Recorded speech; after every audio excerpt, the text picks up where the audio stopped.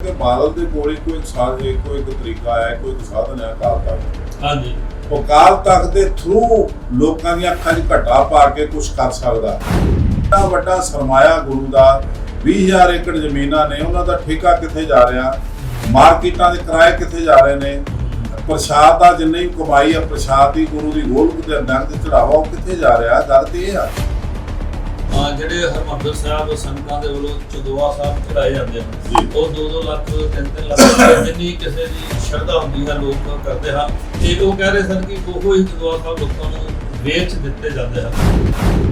16 ਕਰੋੜ ਗੁਰੂ ਘਰ ਦਾ ਪੀਟੀਸੀ ਲੈ ਮਿਸ ਪੰਜਾਬਣ ਮੁਕਾਬਲੇ ਦੇ ਵਿੱਚ ਜਿਹੜੀਆਂ ਮਾਸੂਮ ਬੱਚੀਆਂ ਉਹਨਾਂ ਦਾ ਸ਼ੋਸ਼ਣ ਵੀ ਕਰਦੇ। ਇਹ ਸਰਕਾਰ ਨੇ ਅਜੇ ਤੱਕ ਕਿਸੇ ਨੂੰ ਅਰੈਸਟ ਨਹੀਂ ਕੀਤਾ। ਇਹ ਸਾਡੇ ਜਿਹੜੇ ਇਹਨਾਂ ਦੇ ਬਾਦਲਾਂ ਦੇ ਧੰਦੇ ਨੇ ਉਹ ਸਾਡੀ ਕੌਮ ਨੂੰ ਭੋਗ ਬਣ ਕੇ ਲੱਗੇ, ਉਹ ਸਾਡੀ ਕੌਮ ਦਾ ਜਿਹੜਾ ਗੜ ਕਰਕੇ ਰੱਖ ਕੇ ਦਸਮ ਪਾਤਸ਼ਾਹ ਦਾ ਇੱਕ ਹਰਿਆ ਭਰਿਆ ਅਕਾਲੀ ਬਾਗ ਇਸ ਬੰਦੇ ਨੇ ਉਜਾੜ ਕੇ ਰੱਖਿਆ। ਲੁੱਟ ਖਾਣ ਨੂੰ ਹੋਰ ਕਰ ਲਈ, ਕੁੱਟ ਖਾਣ ਨੂੰ ਹੋਰ ਕਰ ਲਈ। ਸੈਂਟਰ ਸਰਕਾਰ ਆਪਣੇ ਪਿਆਦੇ ਨੂੰ ਇੱਥੋਂ ਕਬਜ਼ਾ ਕਰਾ ਕੇ ਇਤਰਾਜ਼ ਕਰਾਉਂਦੀ ਆ ਤੇ ਕੌਮ ਨੂੰ ਆਪਣੀ ਗ੍ਰਿਫਤ ਚ ਰੱਖਦੀ। ਸਹੀ ਇਲੈਕਸ਼ਨ ਨਹੀਂ ਹੁੰਦੀ ਨਹੀਂ ਹੁੰਦੀ ਤਾਂ 12 ਸਾਲ ਤੋਂ ਕਬਜ਼ਾ ਚਲੀ ਜਾ ਰਿਹਾ। ਉਹਦੇ ਵਿੱਚ ਅਰਬਾਂ ਰੁਪਈਆ ਦਾ ਇਹਨੇ ਨੁਕਸਾਨ ਕੀਤਾ ਸਾਡਾ ਗੁਰੂ ਘਰ ਦਾ। ਸਾਂਝਾ ਪੰਜਾਬ USA TV ਦੇਖ ਰਹੇ ਸਾਰੇ ਹੀ ਦਰਸ਼ਕਾਂ ਨੂੰ ਬਲਵਿੰਦਰ ਸਿੰਘ ਬਾਜਵਾ ਵੱਲੋਂ ਗੁਰਫਤਿਹ ਪ੍ਰਵਾਨ।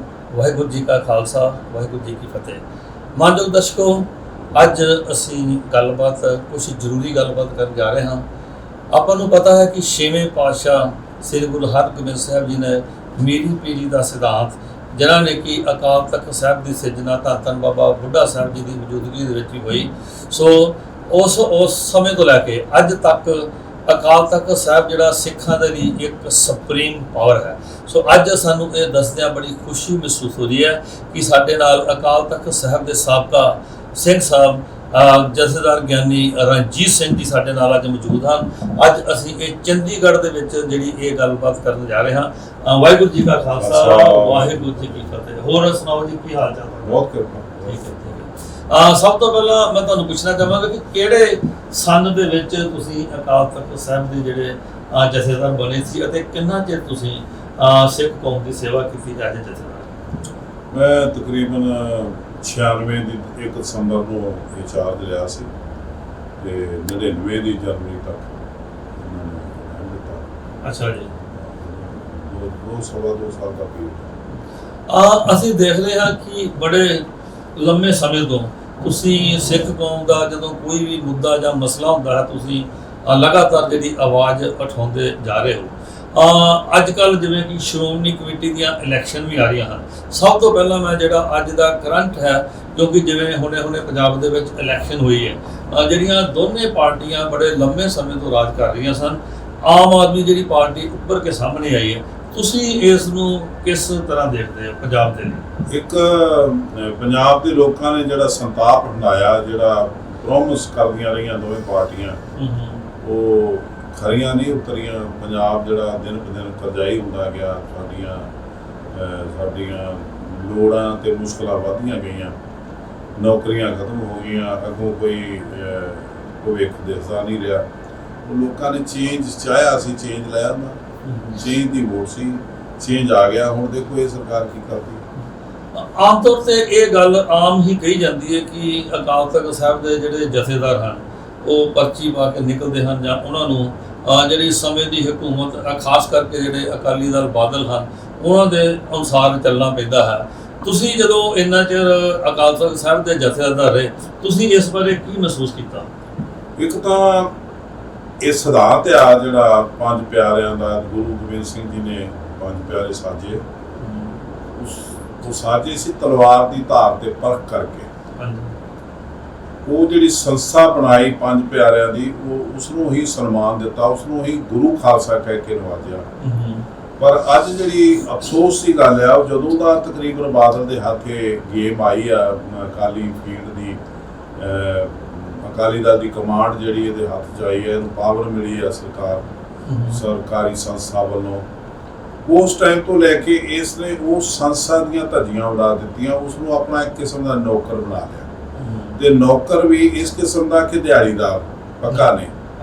ਜਿਹੜਾ ਵੀ ਜਿਹੜਾ ਰਿਟਾਇਰ ਹੋ ਜਾਂਦਾ ਪ੍ਰਬੰਧਕ ਕਮੇਟੀ ਤੋਂ, ਇੱਥੋਂ ਬਾਬਾ ਬੁੱਢਾ ਜੀ ਦੀ ਪਦਵੀ ਤੋਂ ਗ੍ਰੰਥੀ ਦਰਬਾਰ ਸਾਹਿਬ ਤੋਂ ਉਹਨੂੰ ਫਿਰ ਇਹ ਦਿਹਾੜੀ ਤੇ ਰੱਖ ਕੇ ਅਕਾਲ ਤਖਤ ਤੇ ਯੂਜ਼ ਕਰਦੇ ਆ ਤੇ ਕਾਰਜਕਾਰੀ ਜਥੇਦਾਰ ਕਹਿ ਕੇ ਬਣਾਉਂਦੇ ਆ ਤੇ ਕੰਮ ਆਪਣੇ ਲੈਂਦੇ ਨੇ ਕਿ ਉਹ ਰਾਮ ਰਹੀਮ ਨੂੰ ਕਲੀਨ ਚਿੱਟ ਦੇ ਦਿਓ, ਰਾਮ ਰਹੀਮ ਦੀ ਕਲੀਨ ਚਿੱਟ ਮਾਫ ਕਰ ਦਿਓ, ਫਲਾਣੇ ਨੂੰ ਤੁਰਕੀ ਮਾਰ ਦਿਓ, ਉਹਨੂੰ ਅਕਾਲ ਤਖਤ ਤੇ ਸੱਦ ਲਓ। ਇਸ ਤਰ੍ਹਾਂ ਦਾ ਜਿਹੜਾ ਮਿਸਯੂਜ਼ ਆ ਅਕਾਲ ਤਖਤ ਦਾ, ਪੰਥ ਤੇ ਗ੍ਰੰਥ ਦਾ, ਉਹ ਪ੍ਰਕਾਸ਼ ਸਿੰਘ ਬਾਦਲ ਨੇ ਉਹਦੀ ਅੱਤ ਕਰ ਦਿੱਤੀ। ਉਹਦੀ ਉਹਦਾ ਸਿਸਟਮ ਦੇ ਵਿੱਚ ਜਿਹੜਾ ਨਾ ਗਾਹ ਹੁਣ ਰਸਤਾ ਨਹੀਂ ਰਹਿ ਗਿਆ। ਹਾਂਜੀ ਜਦੋਂ ਤੁਸੀਂ ਅਕਾਲ ਤਖਤ ਸਾਹਿਬ ਦੇ ਜਥੇਦਾਰ ਸੀ, ਕਿਉਂਕਿ ਤੁਹਾਨੂੰ ਜਥੇਦਾਰ ਸਾਹਿਬ ਬਣਾਇਆ ਸੀ ਜਦੋਂ ਇਹਨਾਂ ਦੇ ਵੱਲੋਂ ਹੀ ਉਹਨਾਂ ਨੇ ਮੰਗ ਕਰਕੇ ਬਣਾਇਆ ਗਿਆ ਸੀ, ਕਿ ਤੁਹਾਨੂੰ ਵੀ ਇਹਨਾਂ ਨੇ ਕੁਝ ਇਦਾਂ ਦੇ ਫੈਸਲੇ ਸੁਣਾਉਣ ਦੇ ਲਈ ਕਿਹਾ ਜਿਹੜਾ ਕਿ ਤੁਸੀਂ ਫਿਰ ਤੁਹਾਡੀ ਇਹਨਾਂ ਦੇ ਨਾਲ ਨਹੀਂ ਬਣ ਆਈ ਤੇ ਤੁਸੀਂ ਤੁਹਾਨੂੰ ਇਹਨਾਂ ਨੇ ਅਕਾਲ ਤਖਤ ਸਾਹਿਬ ਦੇ ਜਥੇਦਾਰ ਤੋਂ ਇਹਨਾਂ ਨੇ ਪਲਾਨ ਕਰਕੇ ਉੱਧਰ ਵਾਕ ਕਰਨ ਦੀ ਕੋਸ਼ਿਸ਼ ਕੀਤੀ? ਅਸਲ 'ਚ ਉਦੋਂ ਹਾਲਾਤ ਹੋਰ ਸਨ। ਉਦੋਂ ਇੱਕ ਗੋਲੀ ਚੱਲਦੀ ਸੀ ਪੰਜਾਬ 'ਚ। ਹਾਂਜੀ। ਤੇ ਇਹ ਜਿਹੜੇ ਲੀਡਰ ਸੀ ਇਹ ਹਰਿਮੰਦਰ ਸਾਹਿਬ ਮੱਥਾ ਨਹੀਂ ਸੀ ਟੇਕ ਸਕਦੇ ਡਰਦੇ ਮਾਰੇ। ਹਾਂਜੀ। ਉਹਨਾਂ ਦਿਨਾਂ 'ਚ ਜਿਹੜਾ ਸਿਸਟਮ ਚੱਲ ਪਿਆ ਸੀ, ਜਿਹੜੇ ਖੜਕੂਤੇ ਨਾਲ ਸੀ ਉਹ ਆਪਣੇ ਜਥੇਦਾਰ ਬਣਾਉਣ ਲੱਗ ਪਈਆਂ। ਇਹਨਾਂ ਨੇ ਆਪਣੀ ਜਾਨ ਛਡਾਉਣ ਲਈ ਮੈਨੂੰ ਜੇਲ੍ਹ 'ਚ ਬੈਠੇ ਨੂੰ ਜਥੇਦਾਰ ਬਣਾਇਆ ਸੀ। ਅਸਲ 'ਚ ਇਹਨਾਂ ਨੂੰ ਲੱਗਦਾ ਸੀ ਕਿ ਇਹਨੇ ਜੇਲ੍ਹ ਤੋਂ ਬਾਹਰ ਨਹੀਂ ਆਉਣਾ, ਇਹਨੂੰ ਫਾਂਸੀ ਸਜ਼ਾ ਹੋ ਜਾਣੀ ਆ, ਇਹ ਥਾਂ ਖਬਰ ਰਹੂਗੀ ਤੇ ਅਸੀਂ ਬਚੇ ਰਹਾਂਗੇ। ਉਹ ਅਸਲ 'ਚ ਇਹਨਾਂ ਨੇ ਜੋ ਕੁਝ ਵੀ ਕੀਤਾ ਉਹ ਆਪਣੀਆਂ ਮਜਬੂਰੀਆਂ ਤੋਂ ਕੀਤਾ ਸੀ। ਪਰ ਜਦੋਂ ਮੈਂ ਬਾਹਰ ਆਇਆ ਤਾਂ ਮੈਂ ਫਿਰ ਇਹਨਾਂ ਨੂੰ ਕਿਹਾ ਕਿ ਤੁਸੀਂ ਆਪਣਾ ਕੁਝ ਜਥੇਦਾਰ ਚੁਣਨਾ ਚਾਹੋ ਚੁਣ ਲਓ। ਪਰ ਉਦੋਂ ਵੀ ਇਹਨਾਂ ਨੂੰ ਮੇਰੀ ਲੋੜ ਸੀ। ਉਸ ਸਮੇਂ ਇਹਨਾਂ ਨੇ ਸਵੀਕਾਰ ਕੀਤਾ। ਚਲੋ ਪੰਥ ਤੇ ਗ੍ਰੰਥ ਦਾ ਸਲਾਹਤ ਆ, ਇੱਕ ਪ੍ਰਬੰਧਕ ਕਮੇਟੀ ਦੇ ਜਨਰਲ ਹਾਊਸ, ਇੱਕ ਸਾਡੀਆਂ ਸੰਪਰਦਾਵਾਂ ਸੰਸਥਾਵਾਂ, ਸਮੁੱਚੀ ਸਿੱਖ ਕੌਮ ਉਸ ਟਾਈਮ ਮੇਰੇ ਨਾਲ ਖੜੀ ਸੀ। ਉਦੋਂ ਬੜੇ ਚੰਗੇ ਮਾਹੌਲ 'ਚ ਜਥੇਦਾਰੀ ਮੈਂ ਸੰਭਾਲੀ। 2 ਸਾਲ ਜਿਹੜੀ ਸੇਵਾ ਕੀਤੀ ਉਹ ਵੀ ਬੜੀ ਮੈਂ ਸਮਝਦਾ ਕਿ ਕਿਸੇ ਨੇ ਨਿੰਦਿਆ ਨਹੀਂ, ਬਲਕਿ ਉਹੋ ਹੀ ਸੇਵਾ ਚੱਲ ਰਹੀ ਅੱਜ ਤੱਕ ਵੀ। ਕਿਸੇ ਵੀ ਜਥੇਦਾਰ ਨੇ, ਮੈਂ ਤਾਂ 1920 ਤੋਂ ਲੈ ਕੇ ਕਹਾਂਗਾ ਕਿ 1920 ਤੋਂ ਲੈ ਕੇ ਜਿਹੜੀ ਅਕਾਲ ਤਖਤ ਦੀ ਹਿਸਟਰੀ ਆ ਉਹਦੇ ਵਿੱਚ ਤੁਸੀਂ ਝਾਤੀ ਮਾਰ ਕੇ ਦੇਖੋ ਤੇ ਇਹ ਸੇਵਾ ਜਿਹੜੀ ਅਕਾਲ ਤਖਤ ਦੀ ਆ ਇਹ ਕਿਸੇ ਦੇ ਹਿੱਸੇ ਨਹੀਂ ਆਈ, ਨਾ ਕਿਸੇ ਨੇ ਕੀਤੀ, ਨਾ ਜਾਂ ਕਰ ਨਹੀਂ ਦਿੱਤੀ। ਤੋ ਮੇਰਾ ਜਿਹੜਾ ਉਹ ਇਹਨਾਂ ਦੇ ਨਾਲ ਰਿਸ਼ਤਾ ਇਹੋ ਜਿਹਾ ਨਹੀਂ ਸੀ ਕਿ ਇਹ ਮੈਨੂੰ ਨੌਕਰ ਬਣਾ ਕੇ ਉੱਥੇ ਰੱਖ ਲੈਣ। ਮੈਂ ਜਿੰਨੀ ਦੇਰ ਵੀ ਉੱਥੇ ਰਿਹਾ, ਮੈਂ ਨਾ ਕਿਸੇ ਤੋਂ ਤਨਖਾਹ ਲਈ ਤੇ ਨਾ ਕਿਸੇ ਦੀ ਹਿੰਮਤ ਪਈ ਮੈਨੂੰ ਪੁੱਛਣ ਦੀ ਵੀ ਤੁਹਾਡੀ ਤਨਖਾਹ ਕਿਹੜੇ ਖਜ਼ਾਨੇ 'ਚ ਪਾਈ। ਆਪਾਂ ਆਮ ਤੌਰ ਤੇ ਅੱਜ ਵੀ ਦੇਖਦੇ ਹਾਂ ਕਿ ਸਿੱਖ ਕੌਮ ਬੜੀ ਚੜ੍ਹਦੀ ਕਲਾ ਵਾਲੀ ਹੈ, ਸ਼ਰਧਾਲੂ ਵੀ ਨੇ, ਕੁਰਬਾਨੀਆਂ ਵੀ ਦੇਣ ਨੂੰ ਤਿਆਰ ਹੈ। ਪਰ ਪਿੱਛੇ ਜੀ ਦੇਖੋ ਤੁਸੀਂ, ਜਦੋਂ ਇੱਕ ਬੜਾ ਵੱਡਾ ਸਰਬੱਤ ਖਾਲਸਾ ਹੋਇਆ, ਸਰਬੱਤ ਖਾਲਸੇ ਵਿੱਚ ਇੱਕ ਲੋਕਾਂ ਨੇ ਬੜਾ ਵੱਡਾ ਸਹਿਯੋਗ ਦਿੱਤਾ। ਉਦੋਂ ਜਿਹੜੇ ਸਰਬੱਤ ਖਾਲਸਾ ਦੇ ਵਿੱਚ ਜਿਹੜੇ ਫੈਸਲੇ ਲਏ ਗਏ ਉਹਨਾਂ ਬਾਰੇ ਤੁਸੀਂ ਕੀ ਕਹਿਣਾ ਚਾਹੋਗੇ ਕਿ ਜਿਹੜੇ ਉਦੋਂ ਫੈਸਲੇ ਲਏ ਕਿ ਲੋਕਾਂ ਨੂੰ ਇੱਕ ਬੜੀਆਂ ਆਸਾਂ ਸਨ? ਉਹ ਸਰਬੱਤ ਖਾਲਸਾ ਜਦੋਂ ਬੁਲਾਇਆ ਗਿਆ ਉਹਦਾ ਬੇਸ ਉਹੀ ਸੀ ਬਰਗਾੜੀ ਦੇ ਵਿੱਚ ਜਿਸ ਤਰ੍ਹਾਂ ਇਹ ਲੋਕ ਪੇਸ਼ ਆਏ, ਜਿਸ ਤਰ੍ਹਾਂ ਇਹਨਾਂ ਨੇ ਸਟੇਜ ਤੇ ਕਬਜ਼ਾ ਕੀਤਾ ਜਾਂ ਜਿਸ ਤਰ੍ਹਾਂ ਦੇ ਇਹਨਾਂ ਦੇ ਫੈਸਲੇ ਸੀ ਜਾਂ ਜਿਹੜਾ ਇਹਨਾਂ ਨੇ ਪ੍ਰੋਗਰਾਮ ਦਿੱਤਾ, ਮੈਂ ਉਦੋਂ ਸਮਝ ਗਿਆ ਸੀ ਕਿ ਇਹ ਤਾਰ ਪੀੜੋ ਕਰ ਰਹੇ ਤੇ ਲਾਲਸਾ ਸਤਾ ਦੀ ਹੈ ਕਿ ਕਿਸੇ ਨਾ ਕਿਸੇ ਤਰੀਕੇ ਇਸ ਪ੍ਰੋਬਲਮ ਨੂੰ ਵਧਾਇਆ ਜਾਵੇ, ਅੱਗੇ ਤੇ ਲੰਬਾ ਕੀਤਾ ਜਾਵੇ ਤੇ ਉਹਦੇ ਬਾਅਦ ਅਸੀਂ ਇਹ ਰਾਜ ਕਰਨ ਲਈ ਰਾਹ ਪੱਧਰਾ ਕਰੀਏ। ਪਰ ਮੈਂ ਉਸ ਟਾਈਮ ਤੋਂ ਹੀ ਮੈਂ ਤਕਰੀਬਨ ਸਟੇਜ ਤੋਂ ਹੀ ਕਹਿਤਾ ਕਿ ਇਹ ਮਾਮਲਾ ਤਾਰ ਪੀੜੋ ਹੋਣ ਜਾ ਰਿਹਾ। ਇਹ ਸਾਡੇ ਲੀਡਰਾਂ ਨੂੰ ਸਮਝ ਲੈਣਾ ਚਾਹੀਦਾ ਕਿ ਰੋਜ਼ ਇਹੋ ਜਿਹੇ ਦਿਨ ਨਹੀਂ ਹੁੰਦੇ, ਇਹੋ ਜਿਹੇ ਇਕੱਠ ਨਹੀਂ ਹੁੰਦੇ। YouTube ਤੇ ਤੁਸੀਂ ਅੱਜ ਵੀ ਸੁਣ ਸਕਦੇ ਹੋ। ਮੈਂ ਉਸ ਸਮੇਂ ਤੋਂ ਲੈ ਕੇ ਇਹਨਾਂ ਦਾ ਕੋਈ ਪ੍ਰੋਗਰਾਮ ਜਾਂ ਇਹਨਾਂ ਦਾ ਸਰਬੱਤ ਖਾਲਸਾ ਜਾਂ ਇਹਨਾਂ ਦਾ ਬਰਗਾੜੀ ਦੇ ਵਿੱਚ ਜਿਹੜਾ ਮੋਰਚਾ ਲਾਇਆ ਸੀ ਉਹਦੇ ਵਿੱਚ ਮੈਂ ਸ਼ਮੂਲੀਅਤ ਨਹੀਂ ਕੀਤੀ, ਨਾ ਮੈਂ ਇਹਨਾਂ ਦੀ ਨਿੰਦਾ ਕੀਤੀ, ਨਾ ਇਹਨਾਂ ਦੀ ਮੈਂ ਉਪਮਾ ਕੀਤੀ, ਨਾ ਉਹਨਾਂ ਦੀ ਸ਼ਾਮਲ ਹੋਇਆ। ਬਰਗਾੜੀ ਕਾਂਡ ਦੇਖੋ ਅਜੇ ਤੱਕ ਵੀ ਜਿਹੜਾ ਕਿੰਨੀਆਂ ਸਰਕਾਰਾਂ ਆਈਆਂ ਉਹਨਾਂ ਨੇ ਕਿੰਨੇ ਵਾਅਦੇ ਕੀਤੇ। ਸਰਬੱਤ ਖਾਲਸਾ ਵਿੱਚ ਵੀ ਲੋਕੀ ਬੜੇ ਜੋਸ਼ ਦੇ ਨਾਲ ਆਏ। ਕੀ ਤੁਸੀਂ ਆਮ ਜਿਹੜੀ ਸੰਗਤ ਹੋਏ ਉਹ ਜੋਸ਼ ਦੇ ਨਾਲੋਂ ਕਈ ਵਾਰੀ ਆਪਾਂ ਹੋਸ਼ ਜਿਹੜਾ ਖੋ ਬੈਠੇ ਆ, ਤਾਂ ਉਹ ਜਿਹੜਾ ਆਪਾਂ ਹੋਸ਼ ਨਹੀਂ ਹੁੰਦਾ, ਉਹ ਜੋਸ਼ ਦਾ ਕੋਈ ਨਾ ਕੋਈ ਪੋਲੀਟੀਕਲ ਪਾਰਟੀਆਂ ਫਾਇਦਾ ਉਠਾ ਕੇ ਆਪਣਾ ਜਿਹੜਾ ਉਹ ਫਾਇਦਾ ਲੈ ਕੇ ਫਿਰ ਚੱਲ ਜਾਂਦੀਆਂ। ਤੁਹਾਨੂੰ ਕੀ ਲੱਗਦਾ ਕਿ ਬਰਗਾੜੀ ਦਾ ਕਦੇ ਸਾਡੀ ਕੌਮ ਨੂੰ ਉਸ ਦਾ ਜਿਹੜਾ ਫੈਸਲਾ ਹੋਣ ਦੀ ਸੰਭਾਵਨਾ ਹੈ ਕਿ ਅਜੇ ਤੱਕ ਕੋਈ ਵੀ ਸਾਰਾ ਹੀ ਸਜ਼ਾਵਾਂ ਉੱਦਾਂ ਹੀ ਲਟਕੀਆਂ ਫਿਰਦੀਆਂ? ਇਹ ਕੇਸ ਜਿਹੜੇ ਤਾਰਪੀਡੋ ਕੀਤੇ ਨੇ, ਲੰਬੇ ਕੀਤੇ ਨੇ, ਉਹਨਾਂ ਦੇ ਗਵਾਹ ਖਤਮ ਕੀਤੇ ਨੇ ਜਾਂ ਉਹਨਾਂ ਨੂੰ ਵਿਗਾੜ ਕੇ ਇਹ ਸਾਰਾ ਸਿਸਟਮ ਜਿਹੜਾ ਅਜੇ ਤੱਕ ਜਿਹੜਾ ਉਹਦੇ ਵਿੱਚ ਭਾਈਵਾਲੀ ਕਾਂਗਰਸ ਨੇ ਵੀ ਪਾਈ। ਇਹ ਪ੍ਰਕਾਸ਼ ਸਿੰਘ ਬਾਦਲ ਦੀ ਮਿਹਰਬਾਨੀ ਸੀ ਜਿਹੜਾ ਇਹ ਗੁਰੂ ਗ੍ਰੰਥ ਸਾਹਿਬ ਜੀ ਦਾ ਅਪਮਾਨ ਹੋਇਆ ਉਹਨੂੰ ਇਹਨੇ ਲੁਕਾਉਣ ਲਈ ਉਹਦੇ ਦੋਸ਼ੀਆਂ ਨੂੰ ਬਚਾਇਆ, ਉਹਨੂੰ ਸ਼ਰਮ ਦਿੱਤੀ, ਉਹਨਾਂ ਦੇ ਖਿਲਾਫ ਕੋਈ ਕੇਸ ਨਹੀਂ ਦਰਜ ਹੋਣ ਦਿੱਤੇ, ਜਿਹੜੀਆਂ FIR ਕੀਤੀਆਂ ਮਰਜ਼ੀ ਅਨੁਸਾਰ ਕੀਤੀਆਂ, 3 FIR ਨੇ ਆਪਣੀ ਹੀ ਬਣਾਈ, ਸਿੱਟ ਨੂੰ ਨਹੀਂ ਮੰਨਿਆ। ਉਸ ਤੋਂ ਬਾਅਦ 3 ਸਾਲ ਸਰਕਾਰ ਭੋਗ ਕੇ ਤੇ ਇਹ ਜਦੋਂ ਗਿਆ ਤਾਂ ਉਸ ਤੋਂ ਬਾਅਦ ਇਹਨਾਂ ਨੇ ਕਾਂਗਰਸ ਨੇ ਜਿਹੜੀ ਸਿੱਟ ਬਣਾਈ ਜਾਂ ਕਮਿਸ਼ਨ ਬਣਾਇਆ ਉਹਨੂੰ ਮਾਨਤਾ ਨਹੀਂ ਦਿੱਤੀ, ਤੇ ਨਾ ਹੀ ਉਹਦੇ ਬਾਅਦ ਕਾਂਗਰਸ ਨੇ ਕੋਈ ਸਿਰਦਰਦੀ ਲਈ। ਤੇ ਇਹ ਦੋਵੇਂ ਜਿਹੜੇ ਕੇਸ ਨੇ, ਬਰਗਾੜੀ ਵਾਲਾ ਕਾਂਡ, ਗੋਲੀ ਕਾਂਡ, ਗੁਰੂ ਗ੍ਰੰਥ ਸਾਹਿਬ ਜੀ ਦੀ ਬੇਅਦਬੀ, ਇਹ ਜਿਉਂਦੇ ਤੋਂ ਅਜੇ ਪਏ ਨੇ। ਇਹ ਪਤਾ ਨਹੀਂ ਹੁਣ ਇਹ ਸਰਕਾਰ ਕੋਈ ਚੰਗੇ ਢੰਗ ਨਾਲ ਸਿੱਟ ਬਣਾਉਂਦੀ ਆ ਤੇ ਉਹਦੇ ਕੋਈ ਸਿੱਟੇ ਨਿਕਲਦੇ ਨੇ ਜਾਂ ਨਹੀਂ ਨਿਕਲਦੇ, ਆਉਣ ਵਾਲਾ ਸਮਾਂ ਦੱਸੋ। ਕਿਉਂਕਿ ਜਿਹੜੇ ਹਾਲਾਤਾਂ 'ਚੋਂ ਅਸੀਂ ਗੁਜ਼ਰੇ ਆ, ਅਸੀਂ ਅੱਜ ਕਹਿ ਨਹੀਂ ਕਰ ਸਕਦੇ ਯਕੀਨ ਨਾ ਕਿ ਇਹ ਕੁਝ ਹੋ ਜਾਊਗਾ। ਅੱਜ ਕੱਲ ਦੇਖੋ ਤੁਸੀਂ, ਜਦੋਂ ਕੋਈ ਵੀ ਪਿੱਛੇ ਦੀ ਇਲੈਕਸ਼ਨ ਤੋਂ ਬਾਅਦ ਅਕਾਲ ਤਖਤ ਸਾਹਿਬ ਦੇ ਜਿਹੜੇ ਹੁਣ ਜਥੇਦਾਰ ਨੇ ਗਿਆਨੀ ਹਰਪ੍ਰੀਤ ਸਿੰਘ ਜੀ, ਉਹਨਾਂ ਨੇ ਵੀ ਇੱਕਦਮ ਇੱਕ ਬਿਆਨ ਦਿੱਤਾ ਕਿ ਅਕਾਲੀ ਦਲ ਦੀ ਹਾਰ ਤੋਂ ਬਾਅਦ ਸਿੱਖ ਕੌਮ ਨੂੰ ਇੱਕ ਬੜਾ ਵੱਡਾ ਖਤਰਾ ਹੈ ਕਿ ਸਿੱਖ ਕੌਮ ਨੂੰ ਇੱਕ ਜਗ੍ਹਾ ਤੇ ਇਕੱਠੇ ਹੋਣਾ ਚਾਹੀਦਾ ਹੈ। ਉਹਨਾਂ ਦੇ ਇਸ ਬਿਆਨ ਬਾਰੇ ਕੀ ਕਹੋਗੇ ਤੁਸੀਂ? ਬਿਆਨ ਉਹਦਾ ਆਪਣਾ ਨਹੀਂ ਸੀ, ਉਹ ਜਿਸ ਤਰ੍ਹਾਂ ਉਹਨਾਂ ਨੇ ਬੁਲਵਾਇਆ ਬਾਦਲ ਕਿਆ ਨੇ ਉਸੇ ਤਰ੍ਹਾਂ ਹੀ ਉਹ ਬੋਲਿਆ।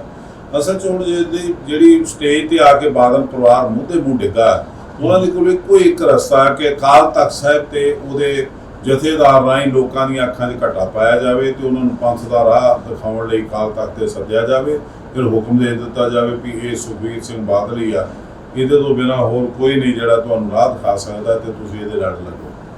ਉਹਦਾ ਇੱਕ ਰੋਣਾ ਸੀ ਕਿ ਵੀ ਜੀ ਖਤਮ ਹੋ ਗਿਆ ਅਕਾਲੀ ਦਲ।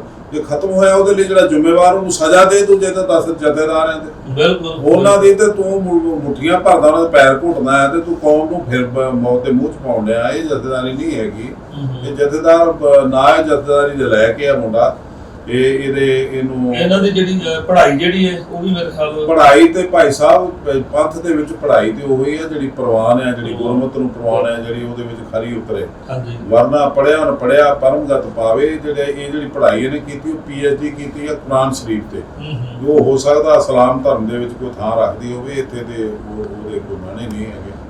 ਬਾਕੀ ਇਹ ਜਿਹੜਾ ਜੋ ਕੁਛ ਇਹਨੇ ਕਿਹਾ ਬੜਾ ਮਾੜਾ, ਇਹਨੇ ਬੜਾ ਭੈੜਾ ਬਿਆਨ ਦਿੱਤਾ। ਇੱਕ ਕੌਮ ਨੂੰ ਬਦਤਮੀਜ਼ ਕਹਿਣਾ ਕਿ ਕੌਮ ਹੁਣ ਬਦਤਮੀਜ਼ ਹੋ ਗਈ ਆ, ਇਹਨੂੰ ਇੰਨੀ ਸਮਝ ਨਹੀਂ ਹੈ ਕਿ ਇਸ ਬੰਦੇ ਨੂੰ ਵੀ ਜਿਹੜੀ ਤਨਖਾਹ ਲੈਂਦਾ ਜਾਂ ਰੋਟੀ ਖਾਂਦਾ ਗੁਰੂ ਦੀ ਗੋਲਕ ਚੋਂ ਖਾਂਦਾ, ਜਿਹੜੀ ਗੋਲਕ ਸਿੱਖ ਭਰਦੇ ਆ 10-10 ਰੁਪਏ, ਉਹਨਾਂ ਨੂੰ ਬਦਤਮੀਜ਼ ਕਹਿ ਕੇ ਬੁਲਾਉਣਾ ਤੇ ਇੱਕ ਦੱਸਣਾ ਕਿ ਅਕਾਲੀ ਦਲ ਖਤਮ। ਮੈਂ ਫਿਰ ਇਹਨੂੰ ਦੱਸਿਆ ਸੀਗਾ, ਇਹਨੂੰ ਕਿਹਾ ਸੀਗਾ ਕਿ ਅਕਾਲੀ ਦਲ ਖਤਮ ਨਹੀਂ ਹੋਇਆ, ਖਤਮ ਤੇਰਾ ਆਕਾ ਹੋਇਆ, ਉਹਦਾ ਪਰਿਵਾਰ ਹੋਇਆ ਜਿਹਦਾ ਕੋਈ ਬੇਸ ਨਹੀਂ ਸੀ। ਜਿਹੜੇ ਨਿਗੁਰੇ ਲੋਕ ਨੇ ਉਹਨਾਂ ਦੀ ਕਮਾਂਡ ਹੇਠ ਇਹ 5 ਪਿਆਰੇ ਚੱਲਣ, ਮੈਂ ਸਮਝਦਾ ਸਾਡੀ ਕੌਮ ਦੀ ਬਦਕਿਸਮਤੀ ਤੋਂ ਵੱਧ ਕੀ ਹੋ ਸਕਦੀ। ਸ਼੍ਰੋਮਣੀ ਕਮੇਟੀ ਜਿਹੜੀ ਕਿ ਬੜਾ ਇਸ ਦਾ ਇੱਕ ਲੰਮਾ ਇਤਿਹਾਸ ਹੈ। ਲਛਮਣ ਸਿੰਘ ਵਰਗੇ ਅਨੇਕਾਂ ਹੀ ਸਿੰਘਾਂ ਨੇ ਜਿਹੜੀ ਸ਼ਹਾਦਤ ਦੇ ਕੇ ਸ਼੍ਰੋਮਣੀ ਕਮੇਟੀ ਜਿਹੜੀ ਸੀ ਉਸ ਨੂੰ ਕਾਇਮ ਰੱਖਿਆ ਤੇ ਬੜੇ ਲੰਮੇ ਸਮੇਂ ਤੋਂ ਸੇਵਾ ਕਰਦੀ ਆ ਰਹੀ ਹੈ ਜਾਂ ਸੀ। ਅੱਜ ਜਿਹੜਾ ਸ਼੍ਰੋਮਣੀ ਕਮੇਟੀ ਉਹਨਾਂ ਦੀ ਜਿਹੜਾ ਉਹ ਕਦੇ ਉਹਨਾਂ ਦੇ ਕਿਸੇ ਨਾ ਕਿਸੇ ਵਿਸ਼ੇ ਦੇ ਉੱਤੇ ਕੋਈ ਨਾ ਕੋਈ ਗੱਲ ਛਿੜਦੀ ਰਹਿੰਦੀ ਹੈ। ਸੋ ਸ਼੍ਰੋਮਣੀ ਕਮੇਟੀ ਦੀਆਂ ਜਿਹੜੀਆਂ ਇਲੈਕਸ਼ਨ ਹਨ, ਜਿੰਨੇ ਵੀ ਉਹਨਾਂ ਦੇ ਮੈਂਬਰ ਹੁੰਦੇ ਹਨ, ਭਾਵੇਂ ਉਹਨਾਂ ਦੀ ਕਾਫੀ ਆਪੋਜੀਸ਼ਨ ਕੀਤੀ ਜਾਂਦੀ ਹੈ, ਪਰ ਜਦੋਂ ਇਲੈਕਸ਼ਨ ਦਾ ਟਾਈਮ ਆਉਂਦਾ ਹੈ ਉਹ ਫਿਰ ਵਾਰ ਸੇਮ ਦਾ ਸੇਮ ਜਿਹੜਾ ਧੜਾ ਉਹ ਜੇਤੂ ਕਰਾਰ ਹੁੰਦਾ ਹੈ। ਸੋ ਤੁਸੀਂ ਇਸ ਨੂੰ ਕਿਸ ਤਰ੍ਹਾਂ ਦੇਖਦੇ ਹੋ? ਨਹੀਂ, ਇਹ ਮੈਂ ਤੁਹਾਡੀ ਇਸ ਗੱਲ ਨਾਲ ਸਹਿਮਤ ਨਹੀਂ। ਜਿਹੜਾ ਵੀ ਧੜਾ ਜੇਤੂ ਕਰਾਰ ਹੁੰਦਾ ਹੈ, ਪਹਿਲੀ ਗੱਲ ਤੇ ਇਹ ਦੇਖੋ ਤੁਸੀਂ ਕਿ ਜਦੋਂ ਦਾ ਦੇਸ਼ ਆਜ਼ਾਦ ਹੋਇਆ ਕਿੰਨੀਆਂ ਇਲੈਕਸ਼ਨਾਂ ਹੋ ਗਈਆਂ ਲੋਕ ਸਭਾ ਦੀਆਂ, ਕਿੰਨੀਆਂ ਵਿਧਾਨ ਸਭਾ ਦੀਆਂ ਤੇ ਕਮੇਟੀ ਦੀਆਂ ਕਿੰਨੀਆਂ ਹੋਈਆਂ। ਹਾਂਜੀ, 20 ਸਾਲ ਬਾਅਦ, 18 ਸਾਲ ਬਾਅਦ, 12 ਸਾਲ ਤੇ ਹੁਣ ਹੋ ਗਏ। ਕੋਈ ਇਲੈਕਸ਼ਨ ਦੀ ਜ਼ਰੂਰਤ ਹੀ ਨਹੀਂ ਸਮਝਦੇ। ਸੈਂਟਰ ਸਰਕਾਰ ਆਪਣੇ ਪਿਆਦੇ ਨੂੰ ਇੱਥੇ ਕਬਜ਼ਾ ਕਰਾ ਕੇ ਇਤਰਾਜ਼ ਕਰਾਉਂਦੀ ਆ ਤੇ ਕੌਮ ਨੂੰ ਆਪਣੀ ਗ੍ਰਿਫਤ ਵਿੱਚ ਰੱਖਦੀ ਹੈ। ਇਹ ਸਾਡੇ ਸਿੱਖਾਂ ਨੂੰ ਅਜੇ ਤੱਕ ਸਮਝ ਨਹੀਂ ਆਈ। ਜਿਹੜੀਆਂ ਇਲੈਕਸ਼ਨਾਂ ਨੇ ਉਹ ਇਹ ਆਪਣੇ ਪ੍ਰੀ ਪਲਾਨਡ ਆਪਣੀ ਮਰਜ਼ੀ ਦੇ ਅਨੁਸਾਰ ਵੋਟ ਪਾਉਣ ਦਾ ਅਧਿਕਾਰ ਦਿੰਦੇ। ਸਹੀ ਇਲੈਕਸ਼ਨ ਨਹੀਂ ਹੁੰਦੀ ਤੇ ਹੁੰਦੀ ਵੀ ਹੁਣ ਦੇਖੋ 12 ਸਾਲ ਹੋ ਗਏ ਨੇ। ਜਿਹੜੀ ਅਸਲੀ ਇਲੈਕਸ਼ਨ ਹੋਈ ਉਹ ਰੱਦ ਹੋ ਗਈ ਹਾਈ ਕੋਰਟ ਵੱਲੋਂ। ਹਾਈ ਕੋਰਟ ਨੇ ਉਹਨੂੰ ਰੱਦ ਕਰਤਾ, ਸੁਪਰੀਮ ਕੋਰਟ ਨੇ ਉਹਦੀ ਸਟੇ ਨਹੀਂ ਦਿੱਤੀ ਤੇ ਇਹ ਫਿਰ ਹਾਊਸ ਕਿੱਥੋਂ ਆ ਗਿਆ? ਇਹ ਹੋਮ ਮਿਨਿਸਟਰੀ, ਜਿਹੜੀ ਹੋਮ ਮਿਨਿਸਟਰੀ ਲਾ ਤੋਂ ਜਾਂ ਜੁਡੀਸ਼ਰੀ ਤੋਂ ਉੱਚੇ ਉਹ ਹੋਮ ਮਿਨਿਸਟਰੀ ਨੇ ਇੱਕ ਚਿੱਠੀ ਦੇ ਕੇ ਹਾਊਸ ਬਣਵਾਤਾ। 12 ਸਾਲ ਤੋਂ ਕਬਜ਼ਾ ਚੱਲੀ ਜਾ ਰਿਹਾ। ਤੋ ਇਹ 12 ਸਾਲ ਤੋਂ ਕਬਜ਼ਾ ਚੱਲੀ ਜਾ ਰਿਹਾ, ਉਹਦੇ ਵਿੱਚ ਅਰਬਾਂ ਰੁਪਈਆ ਦਾ ਇਹਨੇ ਨੁਕਸਾਨ ਕੀਤਾ ਸਾਡਾ। ਗੁਰੂ ਘਰ ਦਾ। ਅੱਜ ਤੁਸੀਂ ਦੇਖੋ, ਅੱਜ ਜਿਹੜਾ ਕੱਲ ਬਜਟ ਹੋਇਆ ਉਹਦੇ ਵਿੱਚ ਇਹ ਜੀ 30 ਕਰੋੜ ਘਾਟੇ 'ਚ ਗਿਆ ਹਰਿਮੰਦਰ ਸਾਹਿਬ। 30 ਕਰੋੜ ਦਾ ਘਾਟਾ ਅੱਜ ਕਿਉਂ ਦਿਖਾਈ ਦਿੱਤਾ? ਇਹ ਕਿਉਂਕਿ ਇਲੈਕਸ਼ਨ ਸੀ, ਇਲੈਕਸ਼ਨ ਦਾ ਵਿੱਚ ਜਿਹੜਾ ਪੈਸਾ ਖਰਚ ਹੋਇਆ ਗੁਰੂ ਘਰ ਦਾ ਹੋਇਆ, ਉਹ ਘਾਟਾ ਪੈ ਗਿਆ। ਪਹਿਲਾਂ ਕਿਉਂ ਨਹੀਂ ਪਿਆ? ਇਹ ਜਿਹੜੇ ਵੀ ਤਰੀਕੇ ਨਾਲ ਪੈਸੇ ਖਿੱਚਦੇ ਨੇ, ਜਿਸ ਤਰ੍ਹਾਂ 12 ਕਰੋੜ ਦਾ ਸ਼ਾਮਿਆਂ ਨਾਲ ਲਾਉਣਾ ਜੀ, ਤੇ ਉਹ ਪੀਟੀਸੀ ਨੂੰ ਦਿੱਤਾ ਕਿ 12 ਕਰੋੜ ਪੀਟੀਸੀ ਨੂੰ ਦਿਓ, ਉਹ ਸਾਡੀ ਸਿੱਧਾ ਵਿਲੇ ਕਰੋਗੇ। ਇਹ ਕੋਈ ਨਾ ਤੇ ਸਹੂਲਤ ਆ ਨਾ ਕੋਈ ਕੀਤਾ। ਜਿਹੜੀ ਵੀ ਜਿਹਨੇ ਵਾਟਰਪ੍ਰੂਫ ਲਾਉਣਾ ਆ, ਸ਼ਾਮਿਆਂ ਨਾਲ ਲਾਉਣਾ, ਉਹਨਾਂ ਦੀ ਆਪਣੀ ਇੱਕ ਕੰਪਨੀ ਹੁੰਦੀ ਆ, ਆਪਣਾ ਕਿੱਤਾ ਹੁੰਦਾ, ਆਪਣੇ ਰੇਟ ਹੁੰਦੇ ਨੇ। ਉਹ 2-2.5 ਕਰੋੜ ਦੇ ਵਿੱਚ ਜਿਹੜਾ ਸਾਰਾ ਸ਼ਾਮਿਆਂ ਨਾਲ ਲੱਗਦਾ। ਪਰ ਇਹਨਾਂ ਨੇ ਕਿਹਾ ਜੀ ਜਿਹੜਾ ਸਾਡਾ ਬਹਾਨਾ ਕੀ ਬਣਾਇਆ, ਜਿਹੜਾ ਸਾਡਾ ਰਿਲੇ ਕਰੂਗਾ ਪ੍ਰੋਗਰਾਮ ਸਿੱਧਾ, ਉਹਨੂੰ ਇਹ ਦਿੱਤਾ ਜਾਊਗਾ। ਤੇ ਉਹ ਤੇ ਕੋਈ ਵੀ ਕਰਨ ਨੂੰ ਤਿਆਰ ਸੀ, ਪਰ ਇਹਨਾਂ ਨੇ ਪੀਟੀਸੀ ਨੂੰ ਚੁਣਿਆ ਤੇ ਪੀਟੀਸੀ ਨੂੰ ਉਹ ਸ਼ਾਮਿਆਂ ਨਾਲ ਲਾਉਣ ਦੀ ਇਜਾਜ਼ਤ ਦਿੱਤੀ। ਤੇ ਪੀਟੀਸੀ ਨੇ 12 ਕਰੋੜ ਦਾ ਬਿੱਲ ਦਿੱਤਾ, ਉਹ ਇਹਨਾਂ ਪਾਸ ਕੀਤਾ। ਉਦੋਂ ਮੀਂਹ ਪੈ ਗਿਆ, ਫਿਰ ਉਹ ਗਾਡਰ ਲਾਏ, ਗਾਡਰ ਪਾ ਕੇ ਪਲਾਈਆਂ ਲਾਈਆਂ, ਉਹ ਤੇ ਗੱਦੇ ਰੱਖੇ, ਬੈਠਣ ਨੂੰ ਕੋਈ ਆਇਆ ਨਹੀਂ, ਤੇ 4 ਕਰੋੜ ਹੋਰ ਪਾਤਾ। ਤੇ 16 ਕਰੋੜ ਗੁਰੂ ਘਰ ਦਾ ਪੀਟੀਸੀ ਲੈ ਗਈ। ਉਹ ਪੀਟੀਸੀ ਗੁਰਬਾਣੀ ਵੇਚ ਕੇ ਬਾਦਲ ਦੇ ਪਰਿਵਾਰ ਨੂੰ ਪਾਲਦੀ ਪਈ, ਅਰਬਾਂ ਰੁਪਈਆ ਕਮਾਉਂਦੀ ਪਈ। ਗੁਰਬਾਣੀ ਜਿਹੜਾ ਉਹਦਾ ਪ੍ਰਸਾਰ, ਉਹਦਾ ਪ੍ਰਚਾਰ ਕਰਨ ਲਈ ਕਿਸੇ ਹੋਰ ਚੈਨਲ ਨੂੰ ਅਜੇ ਤੱਕ ਇਜਾਜ਼ਤ ਨਹੀਂ ਮਿਲੀ। ਇਹ ਪੀਟੀਸੀ ਉਹੀ ਆ ਜਿਹਦੀ 5-7 ਦਿਨ ਪਹਿਲਾਂ ਹਾਈ ਕੋਰਟ ਦੇ ਇੱਕ ਵਾਰੰਟ ਅਫਸਰ ਨੇ ਜਿਹਦਾ ਪਾਜ ਉਖਾੜਿਆ ਤੇ ਉਥੋਂ ਜਬਰੀ ਜਿਹੜੀਆਂ ਲੜਕੀਆਂ ਅੰਦਰ ਰੱਖੀਆਂ ਸੀਗੀਆਂ ਉਹਨਾਂ ਨੂੰ ਕੱਢਿਆ। ਉਹਨਾਂ ਨੂੰ ਕੱਢ ਕੇ ਤੇ ਉਹਨਾਂ ਦੇ ਖਿਲਾਫ FIR ਹੋਈ ਪੀਟੀਸੀ ਦੇ ਖਿਲਾਫ। ਇਹ ਸਰਕਾਰ ਨੇ ਅਜੇ ਤੱਕ ਕਿਸੇ ਨੂੰ ਅਰੈਸਟ ਨਹੀਂ ਕੀਤਾ, ਲੇਕਿਨ ਇੱਕ ਜਿਹੜੀ FIR ਆ, FIR ਜਿਹੜੀ ਉਹ ਤੁਸੀਂ ਪੜ੍ਹੋਗੇ ਤੇ ਪਤਾ ਲੱਗਦਾ ਵੀ ਇਹ ਪੀਟੀਸੀ ਦੇ ਵਪਾਰ ਦਾ ਧੰਦਾ ਵੀ ਕਰ ਰਹੀ ਹੈ। ਇਹ ਮਿਸ ਪੰਜਾਬਣ ਮੁਕਾਬਲੇ ਦੇ ਵਿੱਚ ਜਿਹੜੀਆਂ ਮਾਸੂਮ ਬੱਚੀਆਂ ਉਹਨਾਂ ਦਾ ਸ਼ੋਸ਼ਣ ਵੀ ਕਰਦੀ ਪਈ ਹੈ। ਇਹ ਪੀਟੀਸੀ ਦੀ ਮਾਰਕ ਜਿਹੜੀ ਹੈ ਉਹ ਨੰਨੀ ਸ਼ਾਹ ਨੂੰ ਪਾਲਣ ਦਾ ਵੀ ਪਖੰਡ ਕਰਦੀ ਪਈ ਹੈ। ਕਿਤੇ ਗੁਰਦੁਆਰਿਆਂ ਦੀਆਂ 5-5 ਏਕੜ ਜ਼ਮੀਨਾਂ ਲੀਜ਼ ਤੇ ਆਪਣੀ ਸੁਸਾਇਟੀ ਲਈ ਵੀ ਲੈ ਰਹੀ ਹੈ। ਤੋ ਇਹ ਸਾਡੇ ਜਿਹੜੇ ਇਹਨਾਂ ਦੇ ਬਾਦਲਾਂ ਦੇ ਧੰਦੇ ਨੇ, ਉਹ ਸਾਡੀ ਕੌਮ ਨੂੰ ਘੋੜ ਬਣ ਕੇ ਲੱਗੇ ਹੋਏ, ਸਾਡੀ ਕੌਮ ਦਾ ਬੇੜਾ ਗਰਕ ਕਰਕੇ ਰੱਖ ਕੇ। ਨਾ ਸਾਡੀ ਮਰਿਆਦਾ ਰਹੀ, ਨਾ ਸਾਡੇ ਸਿਧਾਂਤ ਰਹੇ, ਨਾ ਸਾਡਾ ਪੈਸਾ ਰਿਹਾ, ਨਾ ਜ਼ਮੀਨਾਂ ਰਹੀਆਂ, ਨਾ ਜਾਇਦਾਦਾਂ ਰਹੀਆਂ। ਦਸਮ ਪਾਤਸ਼ਾਹ ਦਾ ਇੱਕ ਹਰਿਆ ਭਰਿਆ ਅਕਾਲੀ ਬਾਗ ਇਸ ਬੰਦੇ ਨੇ ਉਜਾੜ ਕੇ ਰੱਖ ਦਿੱਤਾ। ਕੀ ਤੁਸੀਂ ਕਦੇ ਅਕਾਲੀ ਦਲ ਦੀ ਇੱਕ ਆਪਣੀ ਬਹੁਤ ਲੰਮੀ ਇੱਕ ਉਹਨਾਂ ਦੀ ਸ਼ਹੀਦੀਆਂ ਦੀ ਵੀ ਹਿਸਟਰੀ ਹੈ? ਅੱਜ ਜਦੋਂ ਅਕਾਲੀ ਦਲ ਨਾਂ ਦੀ ਜਿਹੜੀ ਪਾਰਟੀ ਹੈ ਬਿਲਕੁਲ ਪੰਜਾਬ ਦੇ ਵਿੱਚ ਖਾਸ ਕਰਕੇ ਜਿੱਥੇ ਕਿ ਸਿੱਖਾਂ ਦੀ ਇੱਕ ਬੜੀ ਵੱਡੀ ਗਿਣਤੀ ਹੈ, ਉਹਦੇ ਵਿੱਚ ਬਿਲਕੁਲ ਨਾ ਮਾਤਰ ਹੋ ਕੇ ਰਹਿ ਗਈ ਹੈ। ਕੀ ਕਦੇ ਤੁਸੀਂ ਪੁਰਾਣਾ ਇਤਿਹਾਸ ਦੇਖ ਕੇ ਤੁਹਾਨੂੰ ਮਹਿਸੂਸ ਹੁੰਦਾ ਕਿ ਅਕਾਲੀ ਦਲ ਅੱਜ ਇਸ ਸਟੇਜ ਦੇ ਉੱਪਰ ਨਹੀਂ ਸੀ ਪਹੁੰਚਣਾ ਚਾਹੀਦਾ? ਇੱਕ ਜਦੋਂ ਅਕਾਲੀ ਦਲ ਜਿਹੜਾ ਹੈ ਉਹ ਸੀਗਾ, ਅਕਾਲੀ ਦਲ ਸੀਗਾ ਇਹਦੀ ਰਖਵਾਲੀ ਲਈ, ਪ੍ਰਬੰਧਕ ਕਮੇਟੀ ਦੀ ਰਖਵਾਲੀ ਲਈ। ਹਾਂਜੀ। ਇਹ ਜਿਹੜਾ ਅਕਾਲੀ ਦਲ ਆ, ਇਹ ਅਕਾਲੀ ਦਲ ਨਹੀਂ ਰਿਹਾ, ਇੱਕ ਪਰਿਵਾਰ ਦੀ ਲਿਮਟਿਡ ਕੰਪਨੀ ਬਣ ਗਈ। ਅੱਜ ਤੁਸੀਂ ਦੇਖੋ ਜਿਹੜੀ ਸਰਕਾਰ ਸੀਗੀ ਉਹਦੇ ਵਿੱਚ 27 ਮੇਨ ਮਹਿਕਮੇ ਜਿਹੜੇ ਉਹ ਬਾਦਲ ਪਰਿਵਾਰ ਕੋਲ, ਬਾਦਲ ਕੋਲ, ਉਹਦੇ ਪੁੱਤਰ ਕੋਲ, ਪੁੱਤਰ ਦੇ ਸਾਲੇ ਕੋਲ, ਪੁੱਤਰ ਦੇ ਸਾਲੇ ਦੇ ਨਾਲ ਭਣਵਈਏ ਕੋਲ, ਪੁੱਤਰ ਦੇ ਭਣਵਈਏ ਕੋਲ, ਉਹਦੀ ਵਾਈਫ ਕੋਲ। ਇਹ 27 ਮਹਿਕਮੇ ਇੱਕੋ ਪਰਿਵਾਰ ਦੇ ਵਿੱਚ ਚੱਲੇ ਰਹੇ ਨੇ। ਤੋਂ ਇਹ ਸਾਰੀ ਸਰਕਾਰ ਹੀ ਇਸ ਪਰਿਵਾਰ ਨੇ ਹੰਡਾਈ ਹੈ ਤੇ ਉਹ ਪਰਿਵਾਰ ਹੀ ਅਕਾਲੀ ਦਲ ਦੀ ਥਾਂ ਲਈ ਬੈਠਾ। ਜਿਹੜੇ ਜਵਾਈ ਹੋਵੇ, ਪੁੱਤਰ ਦਾ ਸਾਲਾ ਹੋਵੇ, ਪੁੱਤਰ ਹੋਵੇ, ਉਹਦੀ ਘਰਵਾਲੀ ਹੋਵੇ, ਇਹ ਸਾਰਾ ਪਰਿਵਾਰ ਹੀ ਅਕਾਲੀ ਦਲ ਆਪਸੇ ਦੀ ਬਣਿਆ ਬੈਠਾ। ਇਹੀ ਵਜ੍ਹਾ ਵੀ ਅੱਜ ਉਹ ਪਰਿਵਾਰ ਹੀ ਦਿਸਦਾ, ਹੋਰ ਕੋਈ ਦਿਸਦਾ ਨਹੀਂ। ਇਹਦੇ ਵਿੱਚ ਇਹ ਪਰਿਵਾਰ ਹੀ ਰਹਿ ਜਾਣਾ ਅਕਾਲੀ ਦਲ ਦੇ ਵਿੱਚ, ਹੋਰ ਕੋਈ ਰਹਿਣਾ ਨਹੀਂ। ਇਹ ਅਕਾਲੀ ਦਲ ਨਹੀਂਗਾ, ਇੱਕ ਪਰਿਵਾਰ ਦੀ ਲਿਮਟਿਡ ਕੰਪਨੀ ਆ। ਅਕਾਲੀ ਦਲ ਇੱਕ ਨਿਰਸਵਾਰਥ ਤਿਆਗੀ ਤੇ ਗੁਰੂ ਨਾਲ ਕਮਿਟਮੈਂਟ ਜਿਨ੍ਹਾਂ ਦੀ ਸਿੱਖਾਂ ਦੀ ਸੀ, ਉਹਨਾਂ ਸੂਰਮਿਆਂ ਦੀ ਇੱਕ ਜਥੇਬੰਦੀ ਸੀ ਜਿਨ੍ਹਾਂ ਨੇ ਆਪਣੀਆਂ ਜ਼ਮੀਨਾਂ ਕੁਰਕ ਕਰਵਾਈਆਂ, ਨਾਲ ਲਾਠੀਆਂ ਖਾਧੀਆਂ, ਨਾਲ ਡਾਂਗਾ ਖਾਧੀਆਂ, ਨਾਲ ਮੋਰਚੇ ਲਾਏ ਤੇ ਜਿੱਤੇ। ਤੇ ਅੱਜ ਜਿਹੜਾ ਇਹ ਸ਼ਾਨਾ ਮਤਾ ਇਤਿਹਾਸ ਬਣਿਆ ਅਕਾਲੀ ਦਲ ਦਾ, ਪ੍ਰਬੰਧਕ ਕਮੇਟੀ ਦਾ, ਉਹ ਉਹਨਾਂ ਅਕਾਲੀਆਂ ਦੀ ਬਦੌਲਤ ਸੀ। ਇਹ ਅਕਾਲੀ ਖਾਣ ਵਾਲੇ ਨੇ, ਲੁੱਟ ਖਾਣ ਨੂੰ ਹੋਰ ਅਕਾਲੀ, ਕੁੱਟ ਖਾਣ ਨੂੰ ਹੋਰ ਅਕਾਲੀ, ਜੇਲ੍ਹ ਭਰਨ ਨੂੰ ਹੋਰ ਅਕਾਲੀ, ਜੇਲ੍ਹ ਭਰਨ ਨੂੰ ਹੋਰ ਅਕਾਲੀ। ਇਹ ਅਕਾਲੀਆਂ ਦਾ ਇਤਿਹਾਸ ਜਿਹੜਾ ਇਹ ਵੱਖਰਾ ਜਿਹਾ ਤੇ ਉਹ ਕਰਤੂਤ ਤੇ ਉੱਤੋਂ ਉਹਨਾਂ ਦਾ ਰਿਜ਼ਲਟ ਤੁਸੀਂ ਸਾਹਮਣੇ ਦੇਖ ਲਿਆ। ਕੀ ਤੁਸੀਂ ਇਹ ਮਹਿਸੂਸ ਕਰਦੇ ਹੋ ਕਿ ਜੇ ਸਮੇਂ ਦੀ ਲੋੜ ਪਵੇ ਕਿ ਜਿੰਨੇ ਵੀ ਸਿੱਖ ਕੌਮ ਦੇ ਵਿੱਚ ਨੂੰ ਪਿਆਰ ਕਰਨ ਵਾਲੇ ਜਾਂ ਜਿਹੜੇ ਅਕਾਲੀ ਦਲ ਨੂੰ ਪਿਆਰ ਕਰਨ ਵਾਲੇ ਉਹ ਕਿਸੇ ਤਰੀਕੇ ਦੇ ਨਾਲ ਇਸ ਪਾਰਟੀ ਨੂੰ ਫਿਰ ਦੁਬਾਰਾ ਸਾਹਮਣੇ ਲਿਆਉਣਾ ਚਾਹਣ ਪਰਿਵਾਰਵਾਦ ਉੱਪਰ ਉੱਠ ਕੇ, ਕੀ ਤੁਸੀਂ ਤੁਹਾਡੇ ਹਿਸਾਬ ਦੇ ਨਾਲ ਇਹ ਪਾਰਟੀ ਇੱਕ ਵਾਰੀ ਕਿਉਂਕਿ ਬੜਾ ਪੁਰਾਣਾ ਇਤਿਹਾਸ ਹੈ, ਇਹ ਆਉਣੀ ਚਾਹੀਦੀ ਹੈ? ਦੇਖੋ, ਕੋਈ ਸੋਚਦਾ ਨਹੀਂ ਸੀ ਕਿ ਬਾਦਲ ਹਾਰ ਜਾਊਗਾ, ਉਹ ਹਾਰ ਗਿਆ। ਬਾਦਲ ਦਾ ਪੁੱਤਰ ਹਾਰ ਗਿਆ। ਬਾਦਲ ਦਾ ਪਰਿਵਾਰ ਦਾ ਕੋਈ ਮੈਂਬਰ ਅੱਜ ਇਸ ਅਸੈਂਬਲੀ 'ਚ ਐਂਟਰੀ ਨਹੀਂ ਕਰ ਸਕਦਾ।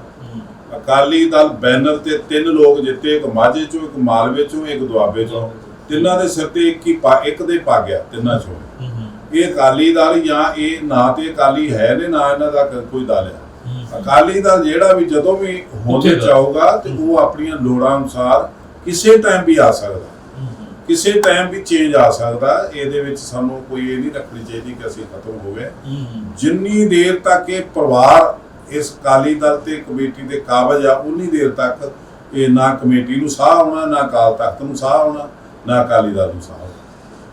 ਆਪਣੇ ਹੁਣ ਦੇਖੋ, ਤੁਸੀਂ ਆਪਣੇ ਵੀ ਜਿਹੜੇ ਇੱਥੋਂ ਦੇ ਵੋਟਰ ਨੇ ਜਾਂ ਜਿਹੜੇ ਲੋਕ ਹੁਣ ਅੱਜ ਆਪਾਂ ਬੀਬੀ ਖਾਲੜਾ ਦੀ ਗੱਲ ਕਰੀਏ, ਜਦੋਂ ਉਹ ਇਲੈਕਸ਼ਨ ਦੇ ਵਿੱਚ ਉਹਨਾਂ ਨੇ ਪਾਰਟਿਸਿਪੇਟ ਕੀਤਾ, ਜਿਨ੍ਹਾਂ ਦਾ ਕਿ ਇੱਕ ਬਹੁਤ ਵੱਡਾ ਦੇਣ ਹੈ, ਹਿਊਮਨ ਰਾਈਟਸ ਵਾਇਲੇਸ਼ਨ ਵੀ ਹੋਈਆਂ, ਇੰਨਾ ਕੁਝ ਹੋਇਆ, ਉਹਨਾਂ ਦਾ ਕੋਈ ਇਤਿਹਾਸ ਨਹੀਂ ਸੀ। ਉਹਨਾਂ ਨੇ ਸਿਰਫ ਲੱਭ ਕੇ ਸਾਰਾ ਲੋਕਾਂ ਨੂੰ ਦੱਸਿਆ, ਪੁਲਿਸ ਨੇ ਕਿਸ ਤਰ੍ਹਾਂ ਲੋਕਾਂ ਨੂੰ ਨਜਾਇਜ਼ ਫੜ ਕੇ ਮਾਰਿਆ ਸੀ, ਪਰ ਆਪਣੇ ਲੋਕਾਂ ਨੇ ਉਹਨਾਂ ਦੀ ਝੋਲੀ ਦੇ ਵਿੱਚ ਵੀ ਉਹਨਾਂ ਦਾ ਮੁੱਲ ਨਹੀਂ ਮੋੜਿਆ। ਆਪਣਾ ਕੀ ਕਹਿਣਾ ਚਾਹੋਗੇ ਇਹਦੇ ਬਾਰੇ? ਦੇਖੋ, ਇਹ ਵੋਟਰ ਜਿਹੜੇ ਹੁੰਦੇ ਨੇ ਜਾਂ ਜਿਹਨਾਂ ਨੇ ਵੋਟ ਪਾਉਣੀ ਹੈ ਤੇ ਉਹਨਾਂ ਦੀ ਆਪਣੀ ਮਰਜ਼ੀ ਆਏ ਤੇ ਸਾਡੇ ਤੇ ਡਿਪੈਂਡੈਂਟ ਆ ਕਿ ਅਸੀਂ ਕਿੰਨਾ ਕਦੇ ਮਹਿਸੂਸ ਹੁੰਦਾ ਕਿ ਨਹੀਂ ਲੋਕਾਂ 'ਚ ਆਪਣੀ ਮਹਿਸੂਸ ਹੈ ਜੀ। ਭਗਨਾ ਸੁਤੰਤਰਤਾ ਸੈਨਾਨੀ ਇੱਕ ਬਜ਼ੁਰਗ ਸੀ, ਭਗਨਾ, ਜਿਹੜਾ ਬੜਾ ਫੇਮਸ ਨਾਂ ਆ, ਉਹ ਆਜ਼ਾਦ ਖਲੋ ਗਿਆ ਕਿ ਮੈਂ ਬਹੁਤ ਕੌਮ ਦੀ ਰਹਿਨੁਮਾਈ ਕੀਤੀ ਆ ਤੇ ਸੇਵਾ ਕੀਤੀ ਹੈ, ਤੇ ਉਹਦੀ ਜ਼ਮਾਨਤ ਜ਼ਬਤ ਹੋ ਗਈ। ਵੋਟਾਂ ਦੇ ਨਾਲ ਅਸੀਂ ਇਹਨਾਂ ਗੱਲਾਂ ਨੂੰ ਨਹੀਂ ਧੋਲ ਸਕਦੇ, ਲੇਕਿਨ ਇਹ ਆ ਕਿ ਜਿਨ੍ਹਾਂ ਨੇ ਵਿਚਰਨਾ ਹੈ ਲੋਕਾਂ ਦੇ ਵਿੱਚ ਜਾਂ ਆਪਣੇ ਆਪ ਨੂੰ ਉਹਨਾਂ ਦੇ ਸਪੁਰਦ ਕਰ ਦੇਣਾ ਤੇ ਉਹਨਾਂ ਨੂੰ ਰਿਜ਼ਲਟ ਵੀ ਮਿਲਦਾ। ਅਸੀਂ ਜਿਨ੍ਹਾਂ ਨੇ ਕਦੀ ਇਲੈਕਸ਼ਨ ਨਹੀਂ ਲੜੀ, ਅਸੀਂ ਇਲੈਕਸ਼ਨ ਦੇ ਵਿੱਚ ਜਾ ਕੇ ਫਸੀਏ, ਸਾਨੂੰ ਇਸ ਤਰ੍ਹਾਂ ਦੇ ਰਿਜ਼ਲਟ ਮਿਲਣਗੇ। ਪਰ ਜਿਹੜੇ ਰੋਜ਼ ਲੋਕ ਜਿਨ੍ਹਾਂ ਨੂੰ ਤਜਰਬਾ ਹੈ, ਜਿਹੜੇ ਕਿਤੇ ਨਾ ਕਿਤੇ ਜੁੜੇ ਨੇ, ਉਹ ਮਾੜੇ ਲੋਕ ਵੀ ਜਿੱਤ ਜਾਂਦੇ। ਹੁਣ ਵੀ ਕਦੇ ਇੱਕ ਨਾਂ ਚਰਚਾ ਦੇ ਵਿੱਚ ਆਉਂਦਾ ਕਿ ਸ਼ਾਇਦ ਇੱਕ ਸਾਡੇ ਜੇਲ੍ਹ ਦੇ ਵਿੱਚ ਸਿੰਘ ਨੇ, ਉਹਨਾਂ ਨੂੰ ਵੀ ਕੋਸ਼ਿਸ਼ ਕੀਤੀ ਜਾ ਰਹੀ ਹੈ ਕਿਸੇ ਨਾ ਕਿਸੇ ਤਰ੍ਹਾਂ ਦਾ ਅਕਾਲ ਤਖਤ ਸਾਹਿਬ ਦਾ ਜਥੇਦਾਰ ਬਣਾ ਕੇ ਸ਼ਾਇਦ ਸਾਡਾ ਕੁਛ ਹੋਂਦ 'ਚ ਉਸ ਨੂੰ ਬਚਾਉਣ ਦੀ ਕੋਸ਼ਿਸ਼ ਕਰ ਰਹੇ ਨੇ। ਇਹ ਚੰਗੀ ਗੱਲ ਹੈ, ਜੇ ਕਰਕੇ ਵੇਖ ਲੈਣ ਤੇ ਇਹ ਵੀ ਤਜਰਬਾ ਕਰਕੇ ਦੇਖ ਲੈਣ। ਮੈਂ ਤੁਹਾਨੂੰ ਦੱਸਿਆ ਕਿ ਬਾਦਲ ਦੇ ਕੋਲ ਇੱਕੋ ਇੱਕ ਤਰੀਕਾ ਹੈ, ਇੱਕੋ ਇੱਕ ਸਾਧਨ ਹੈ, ਅਕਾਲ ਤਖਤ। ਹਾਂਜੀ, ਉਹ ਅਕਾਲ ਤਖਤ ਦੇ ਥਰੂ ਲੋਕਾਂ ਦੀਆਂ ਅੱਖਾਂ 'ਚ ਘੱਟਾ ਪਾ ਕੇ ਕੁਝ ਕਰ ਸਕਦਾ। ਹਾਂਜੀ, ਜੇ ਲੋਕਾਂ ਦੀ ਮੱਤ ਮਾਰੀ ਗਈ ਤਾਂ, ਵਰਨਾ ਜਿਹੜਾ ਜੇਲ੍ਹ 'ਚ ਜਿਹਦੇ ਵੱਲ ਤੁਸੀਂ ਇਸ਼ਾਰਾ ਕਰਦੇ ਹੋ, ਉਹਨੂੰ ਵੀ ਲੋਕੀ ਜਾਣ ਚੁੱਕੇ ਨੇ। ਉਹਦੇ ਬਿਆਨਾਂ ਦਾ ਲੋਕਾਂ ਨੇ ਬਹੁਤ ਇਤਰਾਜ਼ ਕੀਤਾ। ਉਹ ਲੋਕ ਏਡੇ ਕਮਲੇ ਨਹੀਂ ਗਏ। ਹੁਣ ਸਿੱਖਾਂ ਨੇ ਬਹੁਤ ਮਾਰ ਖਾਧੀ ਆ। ਸਿੱਖਾਂ ਨੇ ਆਪਣਾ ਪੈਸਾ ਗਵਾਇਆ, ਆਪਣੇ ਬੱਚੇ ਗਵਾਏ ਨੇ ਤੇ ਆਪਣੇ ਬਿਜ਼ਨਸ ਗਵਾਏ ਨੇ, ਤੇ ਅੱਜ ਉਹ ਜਿਹੜੀ ਸਟੇਜ ਤੇ ਖੜੇ ਨੇ, ਉਹਨਾਂ ਨੂੰ ਮੂਰਖ ਬਣਾਉਣਾ ਕੋਈ ਸੌਖੀ ਗੱਲ ਨਹੀਂ। ਹੁਣ ਜਿਹੜਾ ਇੱਕ ਲੰਮਾ ਸਮਾਂ ਕਿਸਾਨੀ ਸੰਘਰਸ਼ ਚੱਲਿਆ ਸੀ, ਉਸ ਦੇ ਵਿੱਚ ਇੱਕ ਆਪਾਂ ਦੇਖਿਆ ਕਿ ਪਿੰਡਾਂ ਦੇ ਵਿੱਚ ਲੋਕਾਂ ਦੀ ਸਦਭਾਵਨਾ ਸੀ, ਜਿਹੜਾ ਇੱਕ ਦੂਜੇ ਨਾਲ ਵੈਰ ਵਿਰੋਧ ਸੀ ਉਹ ਵੀ ਦੂਰ ਹੋਏ, ਲੋਕਾਂ ਦਾ ਪਿਆਰ ਵੀ ਵਧਿਆ। ਕੀ ਤੁਹਾਨੂੰ ਲੱਗਦਾ ਹੈ ਕਿ ਇੱਕ ਕਿਸਾਨ ਮੋਰਚੇ ਦੇ ਕਰਕੇ ਅਤੇ ਇਹਨਾਂ ਪਾਰਟੀਆਂ ਤੋਂ ਦੁਖੀ ਹੋ ਕੇ ਜਿਹੜੀ ਆਮ ਆਦਮੀ, ਇਹਨਾਂ ਨੂੰ ਇੱਕ ਬੜਾ ਵੱਡਾ ਬਹੁਮਤ ਮਿਲਿਆ? ਇੱਕ ਤਾਂ ਕਿਸਾਨ ਮੋਰਚਾ ਜਿਹੜਾ ਨਾ, ਉਹ ਉਹਨਾਂ ਦਾ ਆਪਣੇ ਢਿੱਡ ਨਾਲ ਜੁੜਿਆ ਹੋਇਆ ਇੱਕ ਮਸਲਾ ਸੀ, ਜਿਸ ਮਸਲੇ ਨੂੰ ਬਾਖੂਬੀ ਉੱਥੇ ਲੜਾਈ ਲੜੀ, ਉਸ ਲੜਾਈ ਦਾ ਸਿੱਟਾ ਵੀ ਨਿਕਲਿਆ। ਪਰ ਇਹ ਜਿਹੜੇ ਕਿਸਾਨ ਲੀਡਰ ਜਿਹੜੇ ਨੇ, ਇਹ ਇਲੈਕਸ਼ਨ ਲੜਨ ਲੱਗ ਪਏ। ਉਹਨਾਂ ਨੂੰ ਉਹ ਸ਼ਾਇਦ ਇਹ ਭੁੱਲ ਗਏ ਕਿ ਅਸੀਂ ਜਿਹੜੀ ਲੜਾਈ ਲੜੀ, ਉਹ ਨਿਰੋਲ ਕਿਸਾਨੀ ਮੁੱਦੇ ਤੇ ਲੜੀ ਆ। ਉਹਦੇ ਨਾਲ ਵੱਖਰੇ ਮੁੱਦੇ ਜਿਹੜੇ ਬਹੁਤ ਲੋਕਾਂ ਦੇ ਨੇ, ਜਿਨ੍ਹਾਂ 'ਚ ਇਹਨਾਂ ਦਾ ਕੋਈ ਇੰਟਰਸਟ ਨਹੀਂ, ਉਹ ਲੋਕਾਂ ਇਹਨਾਂ ਨੇ ਵੋਟਾਂ ਨਹੀਂ ਮਿਲਦੀਆਂ। ਦੂਸਰਾ, ਇਹਨਾਂ ਦੀ ਕਿਸਾਨ ਜਥੇਬੰਦੀ ਜਿਹੜੀ ਸੀ, ਉਹ ਵੀ ਇਕੱਠੀ ਨਹੀਂ ਸੀ, ਇਹਨਾਂ 'ਚ ਫੁੱਟ ਸੀਗੀ। ਉਹਦੀ ਵਜ੍ਹਾ ਨਾਲ ਇਹ ਜਿਹੜੀ ਇਹਨਾਂ ਨੇ ਖੇਡ ਖੇਡੀ, ਉਹਦੇ ਵਿੱਚ ਇਹਨਾਂ ਨੂੰ ਨਮੋਸ਼ੀ ਦਾ ਸਾਹਮਣਾ ਕਰਨਾ ਪਿਆ। ਉਹ ਇਹੀ ਵਜ੍ਹਾ ਹੈ ਕਿ ਪੰਜਾਬ ਦੇ ਜਿਹੜੇ ਲੋਕ ਨੇ, ਉਹ ਤਕਰੀਬਨ ਸਮਝ ਚੁੱਕੇ ਨੇ ਕਿ ਕਿਰਦਾਰ ਕੀ ਆ, ਕਿਹੜੇ ਲੀਡਰ ਦਾ ਕਿਰਦਾਰ ਕੀ ਆ। ਉਹ ਕਿਰਦਾਰ ਉਹ ਪਹਿਲਾਂ ਕੀ ਕਰਦਾ ਰਿਹਾ ਤੇ ਅੱਜ ਕੀ ਕਰ ਰਿਹਾ। ਅੱਜ ਦੇਖੋ ਨਾ, ਇੱਕ ਬਾਦਲ ਆ ਜਿਹਨੇ ਇਸ ਮੂਵਮੈਂਟ ਨੂੰ ਜਨਮ ਦਿੱਤਾ। ਜਿਹਨੇ ਕਿਸਾਨਾਂ ਦਾ ਗਲਾ ਘੁੱਟਣ ਲਈ ਇੱਕ ਰਾਹ ਪੱਧਰਾ ਕੀਤਾ, ਸਾਈਨ ਕੀਤੇ, ਉਹਦੀ ਨੂੰਹ ਨੇ, ਉਹਦੇ ਪੁੱਤ ਨੇ। ਫਿਰ ਉਸਦੀ ਵਕਾਲਤ ਕੀਤੀ ਕਿ ਬਹੁਤ ਵੱਡਾ ਤੇ ਬਹੁਤ ਵਧੀਆ ਇਹ ਬਿੱਲ ਆ ਜਿਹੜਾ ਕਿਸਾਨਾਂ ਨੂੰ ਗੁੰਮਰਾਹ ਕੀਤਾ ਜਾ ਰਿਹਾ। ਬੜਾ ਪ੍ਰਚਾਰ ਕੀਤਾ, ਉਹਦੀ ਨੂੰਹ ਨੇ ਵੀ ਕੀਤਾ। ਬਾਦਲ ਨੇ ਆਪ ਨਿਕਲ ਕੇ ਬੰਦ ਕਮਰੇ ਚੋਂ ਤੇ ਪੀਟੀਸੀ ਤੇ ਆ ਕੇ ਕਿਹਾ ਕਿ ਕਿਸਾਨਾਂ ਨੂੰ ਭਰਮਾਇਆ ਜਾ ਰਿਹਾ, ਇਹ ਬਹੁਤ ਵਧੀਆ ਬਿੱਲ ਆ। ਲੇਕਿਨ ਜਦੋਂ ਉਹਨੂੰ ਸੋਝੀ ਆ ਗਈ ਕਿ ਕਿਸਾਨ ਮੇਰੇ ਘਰ ਨੂੰ ਅੱਗ ਲਾਉਣ ਲੱਗੇ ਨੇ, ਤੇ ਉਦੋਂ ਫਿਰ ਇਹ ਕਹਿੰਦਾ ਨਹੀਂ, ਇਹ ਬਿੱਲ ਬਹੁਤ ਮਾੜਾ। ਤੋ ਇਹ ਜਿਹੜਾ ਕਿਰਦਾਰ ਆ, ਇਹ ਕਿਰਦਾਰ ਪੱਖੋਂ ਹਰੇਕ ਇੱਥੇ ਲੀਡਰ ਨੰਗਾ ਹੋ ਚੁੱਕਾ। ਉਹ ਜਿਹੜਾ ਨੰਗਾ ਹੋ ਚੁੱਕਾ, ਉਸ ਨੂੰ ਆਸ ਉਮੀਦ ਲਾ ਕੇ ਇਥੋਂ ਦੇ ਵੋਟਰ ਨੇ ਆਪਣੀ ਨਵੀਂ ਦਿਸ਼ਾ ਤੇ ਨਵਾਂ ਰਾਹ ਲੱਭਾ। ਸ਼੍ਰੋਮਣੀ ਕਮੇਟੀ ਦੀਆਂ ਇਲੈਕਸ਼ਨ ਫਿਰ ਬੜੀ ਨਜ਼ਦੀਕ ਆ ਰਹੀਆਂ, ਉਹਨਾਂ ਦੀਆਂ ਇਲੈਕਸ਼ਨ ਦੇ ਬਾਰੇ ਕੀ ਹੁਣ ਕੁਝ ਤਿਆਰੀਆਂ ਅਤੇ ਕਿਸ ਤਰ੍ਹਾਂ ਤੁਸੀਂ ਜਿਹੜਾ ਉਹ ਪ੍ਰੋਗਰਾਮ ਆਪਣੇ ਬਾਕੀ ਸਿੰਘਾਂ ਦੇ ਨਾਲ ਉਲੀਕ ਰਹੇ ਹੋ? ਦੇਖੋ, ਅਸੀਂ ਜਿਹੜਾ ਪ੍ਰੋਗਰਾਮ ਲੀਕ ਰਹੇ ਹਾਂ ਆਮ ਸਿੱਖ ਸੰਗਤ ਦੇ ਨਾਲ, ਜਿਹੜੀ ਸੰਗਤ ਪ੍ਰਭਾਵਿਤ ਹੋਈ ਆ ਇਹਨਾਂ ਪ੍ਰਬੰਧਕ ਕਮੇਟੀ ਦੇ ਫੈਸਲਿਆਂ ਤੋਂ, ਉਹਦੀ ਸੇਵਾ ਤੋਂ। ਜਿਹੜੀ ਪ੍ਰਬੰਧਕ ਕਮੇਟੀ ਅਰਬਾਂ ਰੁਪਈਏ ਦਾ ਬਜਟ ਲੈ ਕੇ ਬੈਠੀ ਆ, ਜਿਹੜੀ ਪ੍ਰਬੰਧਕ ਕਮੇਟੀ 'ਚ ਪੈਸੇ ਦੇਣੇ ਪੈਂਦੇ, ਸਿਰਫ ਸੇਵਾਦਾਰ ਨੂੰ ਦੇਣੇ ਪੈਂਦੇ ਆ।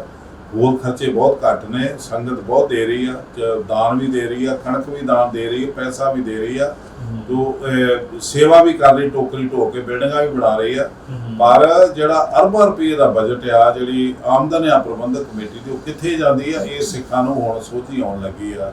ਸਾਡੇ ਕਾਲਜ ਬੰਦ ਪਏ ਨੇ, 30 ਲੱਖ ਰੁਪਏ ਪ੍ਰੋਫੈਸਰ ਦੀ ਤਨਖਾਹ ਰੁਕੀ ਪਈ ਆ।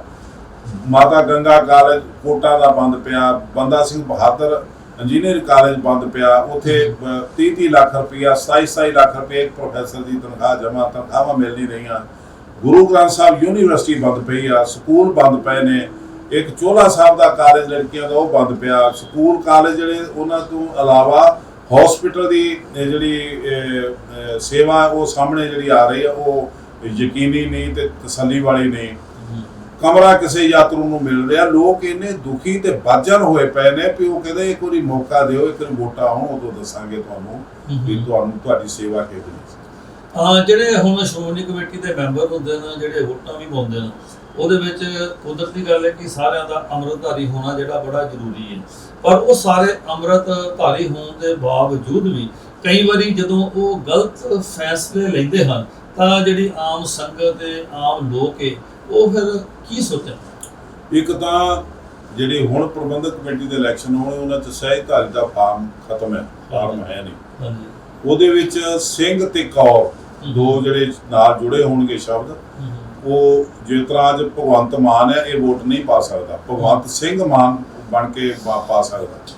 ਭਗਵੰਤ ਮਾਨ ਨੂੰ ਅੱਜ ਆਪਣੀ ਆਈਡੀ ਚੇਂਜ ਕਰਨੀ ਪਊਗੀ, ਤਾਂ ਉਹ ਵੋਟ ਪਾ ਸਕਦਾ ਹੈ। ਦੂਸਰਾ, ਉਹ ਸਾਬਤ ਸੂਰਤ ਹੋਵੇ, 10 ਗੁਰੂਆਂ ਤੇ ਉਹਦਾ ਯਕੀਨ ਹੋਵੇ, ਫਿਰ ਇਸ ਪ੍ਰਬੰਧਕ ਕਮੇਟੀ ਦੀ ਵੋਟ 'ਚੋਂ ਹਿੱਸਾ ਲੈ ਸਕਦਾ ਹੈ, ਵਰਨਾ ਨਹੀਂ। ਤੇ ਆਮ ਤੌਰ ਤੇ ਉਹ ਜਦੋਂ ਉਹਨਾਂ ਦੇ ਨਾਲ ਕੋਈ ਗੱਲਬਾਤ ਕਰਦੇ ਆ ਜਾਂ ਇੰਟਰਵਿਊ ਕਰਦੇ ਆ, ਉਹ ਕਹਿੰਦੇ ਦੇਖੋ ਜੀ, ਅਸੀਂ ਸ਼੍ਰੋਮਣੀ ਕਮੇਟੀ ਦੇ ਵਿੱਚ ਬੀਬੀਆਂ ਨੂੰ ਕਿੰਨਾ ਵੱਡਾ ਸਥਾਨ ਦਿੱਤਾ, ਅਸੀਂ ਸ਼੍ਰੋਮਣੀ ਕਮੇਟੀ ਦੇ ਵਿੱਚ ਜਗੀਰ ਕੌਰ ਨੂੰ ਸ਼੍ਰੋਮਣੀ ਗੁਰਦੁਆਰਾ ਪ੍ਰਬੰਧਕ ਕਮੇਟੀ ਦੀ ਪ੍ਰਧਾਨ ਬਣਾਇਆ। ਕਿਵੇਂ ਦੇਖਦੇ? ਦੇਖੋ, ਇਹ ਪ੍ਰਧਾਨ ਬਣ ਕੇ ਕੀਤਾ ਕੀ ਕੰਮ ਤੇ ਆ, ਗੱਲ ਤੇ ਆ, ਮਸਲਾ ਤੇ ਆ। ਪ੍ਰਧਾਨ ਬਣ ਕੇ ਉਸਨੇ ਕੌਮ ਲਈ ਕੀ ਕੀਤਾ, ਕੌਮ ਨੂੰ ਕੀ ਦਿੱਤਾ। ਅੱਜ ਬੀਬੀ ਹਰਸਿਮਰਤ ਨੂੰ ਬਣਾ ਦੇਣ, ਕੱਲ ਨੂੰ ਕਿਸੇ ਹੋਰ ਨੂੰ ਬਣਾ ਦੇਣ। ਕੌਮ ਨੂੰ ਕੀ ਮਿਲਿਆ, ਕੌਮ ਨੂੰ ਕੀ ਦਿੱਤਾ? ਐਡਾ ਵੱਡਾ ਸਰਮਾਇਆ ਗੁਰੂ ਦਾ, 20,000 ਏਕੜ ਜ਼ਮੀਨਾਂ ਨੇ, ਉਹਨਾਂ ਦਾ ਠੇਕਾ ਕਿੱਥੇ ਜਾ ਰਿਹਾ? ਮਾਰਕੀਟਾਂ ਦੇ ਕਿਰਾਏ ਕਿੱਥੇ ਜਾ ਰਹੇ ਨੇ? ਪ੍ਰਸ਼ਾਦ ਦਾ ਜਿੰਨੀ ਕਮਾਈ ਆ, ਪ੍ਰਸ਼ਾਦ ਦੀ, ਗੁਰੂ ਦੀ ਗੋਲਕ ਦੇ ਨਗਦ ਚੜਾਵਾ, ਉਹ ਕਿੱਥੇ ਜਾ ਰਿਹਾ? ਗੱਲ ਤੇ ਇਹ ਆ, ਖਰਚ ਕਿੱਥੇ ਹੋ ਰਿਹਾ? ਅੱਜ ਤੁਸੀਂ ਦੇਖੋ, ਪ੍ਰਕਾਸ਼ ਸਿੰਘ ਬਾਦਲ ਉਹਦਾ ਪੁੱਤਰ, ਨਾ ਤੇ ਉਹ ਮੈਂਬਰ ਨੇ ਪ੍ਰਬੰਧਕ ਕਮੇਟੀ ਦੇ, ਤੇ ਨਾ ਹੀ ਉਹਨਾਂ ਨੂੰ ਵਿੱਚ ਇਹਦੇ ਹਿੱਸਾ ਲੈਣਾ ਚਾਹੀਦਾ। ਲੇਕਿਨ ਅੱਜ ਹਰੇਕ ਗੱਲ ਜਿਹੜੀ ਆ ਉਹਨਾਂ ਦੇ ਬੁੱਧ ਚੋਂ ਨਿਕਲਦੀ ਆ, ਤਾਂ ਉੱਥੇ ਕੋਈ ਮਸਲਾ ਹੱਲ ਹੁੰਦਾ ਜਾਂ ਕੋਈ ਨਜਿੱਠਿਆ ਜਾਂਦਾ, ਜਾਂ ਜੋ ਕੁਛ ਉਹ ਕਹਿੰਦੇ ਉਹੀ ਹੁੰਦਾ। ਉਹਦੇ ਅੱਜ ਤੁਸੀਂ ਦੇਖੋ, ਸਾਡਾ ਇੱਕ ਬਲੂ ਸਟਾਰ ਦੇ ਵਿੱਚ ਗੁਰੂ ਗ੍ਰੰਥ ਸਾਹਿਬ ਦਾ ਪੁਰਾਤਨ ਜਿਹੜੇ ਹੱਥ ਲਿਖਤ ਗ੍ਰੰਥ ਸੀਗੇ, 400 ਸਾਲ ਪੁਰਾਣੇ, 300 ਸਾਲ ਪੁਰਾਣੇ, 200 ਸਾਲ ਪੁਰਾਣੇ, ਹੱਥਾਂ ਨਾਲ ਮਿਹਨਤ ਕਰਕੇ ਸਿੱਖਾਂ ਨੇ ਲਿਖੇ ਸੀ। ਉਹ ਸਾਰਾ ਸਰਮਾਇਆ ਸਾਨੂੰ ਅੱਜ ਨਹੀਂ ਮਿਲ ਰਿਹਾ, ਅਲਮਾਰੀਆਂ ਖਾਲੀ ਪਈਆਂ ਨੇ। ਇੱਕ ਪ੍ਰਬੰਧਕ ਕਮੇਟੀ ਦੀ ਰੈਫਰੈਂਸ ਲਾਇਬ੍ਰੇਰੀ ਹੋਵੇ, ਉਹਦੇ ਵਿੱਚੋਂ 502 ਗ੍ਰੰਥ ਗਾਇਬ ਹੋ ਜਾਣ, 28 ਹੁਕਮਨਾਮੇ ਅਸਲ ਗਾਇਬ ਹੋ ਜਾਣ, 2 ਜਨਮ ਸਾਖੀਆਂ ਗਾਇਬ ਹੋ ਜਾਣ, 2 ਦਸਮ ਗ੍ਰੰਥ ਗਾਇਬ ਹੋ ਜਾਣ, ਅਲਮਾਰੀਆਂ ਹੋਣ ਖਾਲੀ, ਰਜਿਸਟਰਾਂ ਦੇ ਵਿੱਚ ਦਰਜ ਹੋਵੇ ਵੀ ਸਮਾਨ ਇੱਥੇ ਪਿਆ, ਤੇ ਉਹ ਬੀਬੀ ਜਗੀਰ ਕੌਰ ਹੀ ਜਵਾਬ ਦੇ ਸਕਦੀ ਵੀ ਉਹਨੇ ਕੀ ਕਮਾਈ ਕੀਤੀ, ਜਾਂ ਕੋਈ ਮੱਕੜ ਜਵਾਬ ਦੇ ਸਕਦਾ, ਜਾਂ ਕੋਈ ਅੱਜ ਦਾ ਧਾਮੀ ਜਵਾਬ ਦੇ ਸਕਦਾ। ਪਰ ਜਵਾਬ ਦੇਵੇ ਤਾਂ, ਪਰ ਸਾਨੂੰ ਜਵਾਬ ਨਹੀਂ ਮਿਲਦਾ ਪਿਆ। ਜਵਾਬ ਕਿਉਂ ਨਹੀਂ ਮਿਲਦਾ ਪਿਆ? ਕਿਉਂਕਿ ਜਦੋਂ ਜਵਾਬ ਮਿਲਿਆ ਤੇ ਉਂਗਲੀ ਤੇ ਇਸ਼ਾਰਾ ਬਾਦਲ ਪਰਿਵਾਰ ਵੱਲ ਜਾਂਦਾ ਕਿ ਇਹ ਸਾਰਾ ਖਜ਼ਾਨਾ ਕਿਸੇ ਏਜੰਸੀ ਨੂੰ ਕਿਸੇ ਮਕਸਦ ਲਈ ਸਿੱਖ ਕੌਮ ਦੀ ਹੋਂਦ ਖਤਮ ਕਰਨ ਲਈ ਸੌਂਪਿਆ ਗਿਆ। ਤੇ ਇਹ ਹੁਣ ਜਦੋਂ ਬਾਦਲ ਦਾ ਕੋਈ ਨਾਂ ਲਊਗਾ ਤੇ ਉਦੋਂ ਉਹਦੇ ਕਮੇਟੀ 'ਚ ਕੋਈ ਥਾਂ ਨਹੀਂ ਹੋਊਗੀ। ਅੱਜ ਪ੍ਰਬੰਧਕ ਕਮੇਟੀ ਨੂੰ ਸਿੱਖ ਵੀ ਪੁੱਛ ਰਹੇ ਨੇ, ਉਹਦੇ ਪ੍ਰਧਾਨ ਨੂੰ ਪੁੱਛ ਰਹੇ ਨੇ। 2008 ਤੋਂ ਲੈ ਕੇ high court, Punjab Haryana high court ਦਾ ਜੱਜ ਪੁੱਛ ਰਿਹਾ ਕਿ ਇਹ ਜਿਹੜਾ ਸਮਾਨ 90 ਤੋਂ ਪਹਿਲਾਂ ਆ ਚੁੱਕਾ ਸੀ ਅਲਮਾਰੀਆਂ 'ਚ, ਉਹ ਕਿੱਥੇ ਗਿਆ? ਤੋਂ ਇੱਕ ਪ੍ਰਧਾਨ ਨੇ ਜਵਾਬ ਦਿੱਤਾ ਅਜੇ ਤੱਕ 19 'ਚ ਕਿ ਇਹ ਜੀ ਅਸੀਂ ਕਮੇਟੀ ਬਣਾਈ ਆ ਤੇ ਉਹ ਅਸੀਂ ਲੱਭ ਰਹੇ, ਕਮੇਟੀ ਬਣਾ ਕੇ ਲੱਭ ਰਹੇ। ਪੁਲਿਸ ਰਿਪੋਰਟ ਕਿਉਂ ਨਹੀਂ ਹੋ ਰਹੀ? ਜਿਹੜਾ ਕੋਈ ਥਾਣੇ ਲਿਜਾ ਕੇ ਕਿਸੇ ਨੂੰ ਬਿਠਾ ਕੇ ਪੁੱਛਣ ਵੀ ਇਹ ਸਮਾਇਆ ਕਿੱਥੇ ਗਿਆ? ਗੁਰੂ ਗ੍ਰੰਥ ਸਾਹਿਬ ਦੇ ਸਰੂਪ, ਬਿਲਕੁਲ ਉਹ ਵੀ ਕਿੰਨੇ ਦੇਖੋ, ਉਹ ਸਰੂਪ ਸਾਡੇ ਲਈ ਏਡੇ ਅਹਿਮ ਨੇ।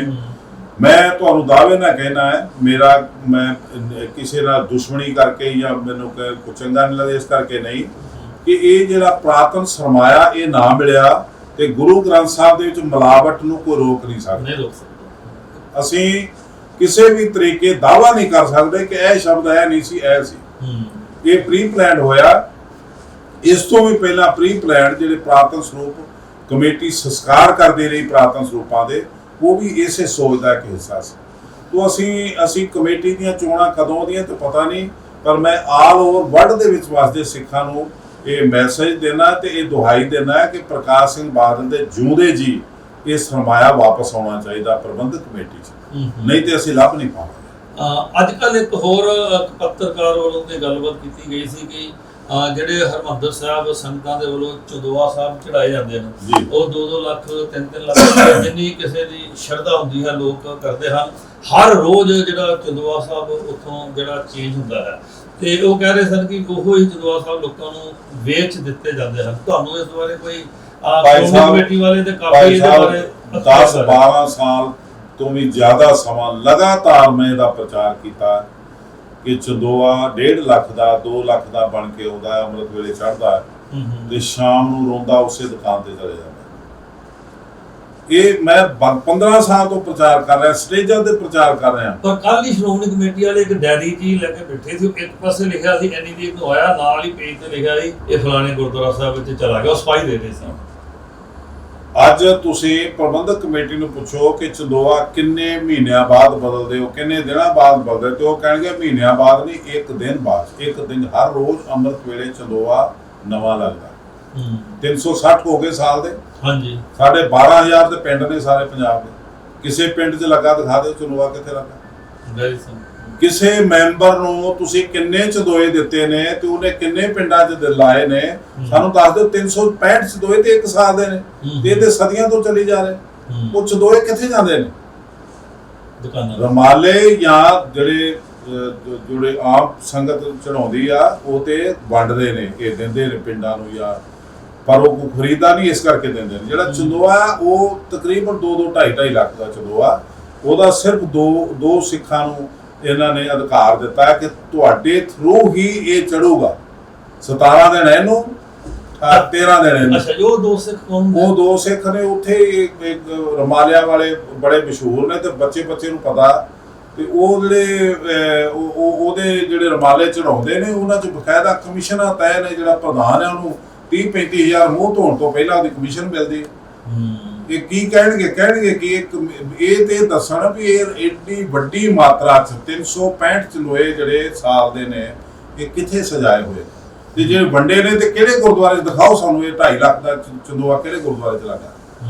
2.5 ਲੱਖ ਦਾ ਚੰਦੋਆ ਪਿੰਡ ਦੇ ਗੁਰਦੁਆਰੇ 'ਚ ਲੱਗਾ ਹੈ ਤੇ ਲੋਕ ਦੇਖਣ ਆਇਆ ਕਰਨ। ਦਿਨ ਚੜ ਜਾਂਦਾ ਉੱਤੇ, ਲੋਕਾਂ ਨੇ ਗਰੀਬੀ ਦੀ ਚਾਦਰਾਂ ਲਾਈਆਂ ਉੱਤੇ। ਇਹ ਝੂਠ ਬੋਲਦੇ ਨੇ। ਇਹ ਕਿਰਾਇਆ ਜਿਹੜੇ ਇਹ ਸਦੀਆਂ ਤੋਂ ਪੈਸੇ ਖਾ ਰਹੇ ਨੇ। ਇਹ ਅਸਲ ਪੈਸਾ ਹੈ ਗੁਰੂ ਘਰ ਦਾ ਸੀ, ਜਿਹੜਾ 2.5 ਲੱਖ ਦਾ ਚੰਦੋਆ, 1.5 ਲੱਖ ਦਾ ਚੰਦੋਆ। ਇਹ ਚੰਦੋਇਆ ਨੇ ਇੱਕ ਸੋਹਣੀ ਥਾਂ ਤੇ ਬਣਾ ਕੇ ਚੰਦੋਏ ਭਾਵੇਂ ਦੇ ਕੇ ਉਹਨਾਂ ਨੂੰ ਚੰਦੋਏ ਵਾਲਿਆਂ ਨੂੰ ਆਰਡਰ ਦੇ ਕੇ ਬਣਵਾਏ ਜਾਣ, ਬਣਵਾ ਕੇ ਰੱਖੇ ਜਾਣ। ਪਰ ਜਿਸ ਤਰ੍ਹਾਂ ਪ੍ਰਸ਼ਾਦ ਦੀ ਪਰਚੀ ਕੱਟਦੇ ਨੇ, ਪ੍ਰਸ਼ਾਦ ਅਸੀਂ 5000 ਦਾ ਕਰਾਉਨੇ ਆ ਜਾਂ 3100 ਦਾ ਕਰਾਉਨੇ ਆ ਤੇ ਪਰਚੀ ਦੇਣੇ ਤੇ ਉਹ ਪ੍ਰਸ਼ਾਦ ਦੇ ਦਿੰਦੇ ਆ। ਇਸੇ ਤਰ੍ਹਾਂ ਚੰਦੋਏ ਦੀ ਰਕਮ ਜਮ੍ਹਾਂ ਹੋਵੇ ਤੇ ਚੰਦੋਆ ਫਿਰ ਉਹ ਪਸੰਦ ਕਰ ਲੈਣ ਤੇ ਉਹਨਾਂ ਦੀ ਇੱਛਾ ਅਨੁਸਾਰ ਚੰਦੋਆ ਚੜ੍ਹ ਜਾਵੇ, ਉਹਦੇ ਨਾਲ ਗੁਰੂ ਘਰ ਨੂੰ ਫਾਇਦਾ ਹੋ ਸਕਦਾ।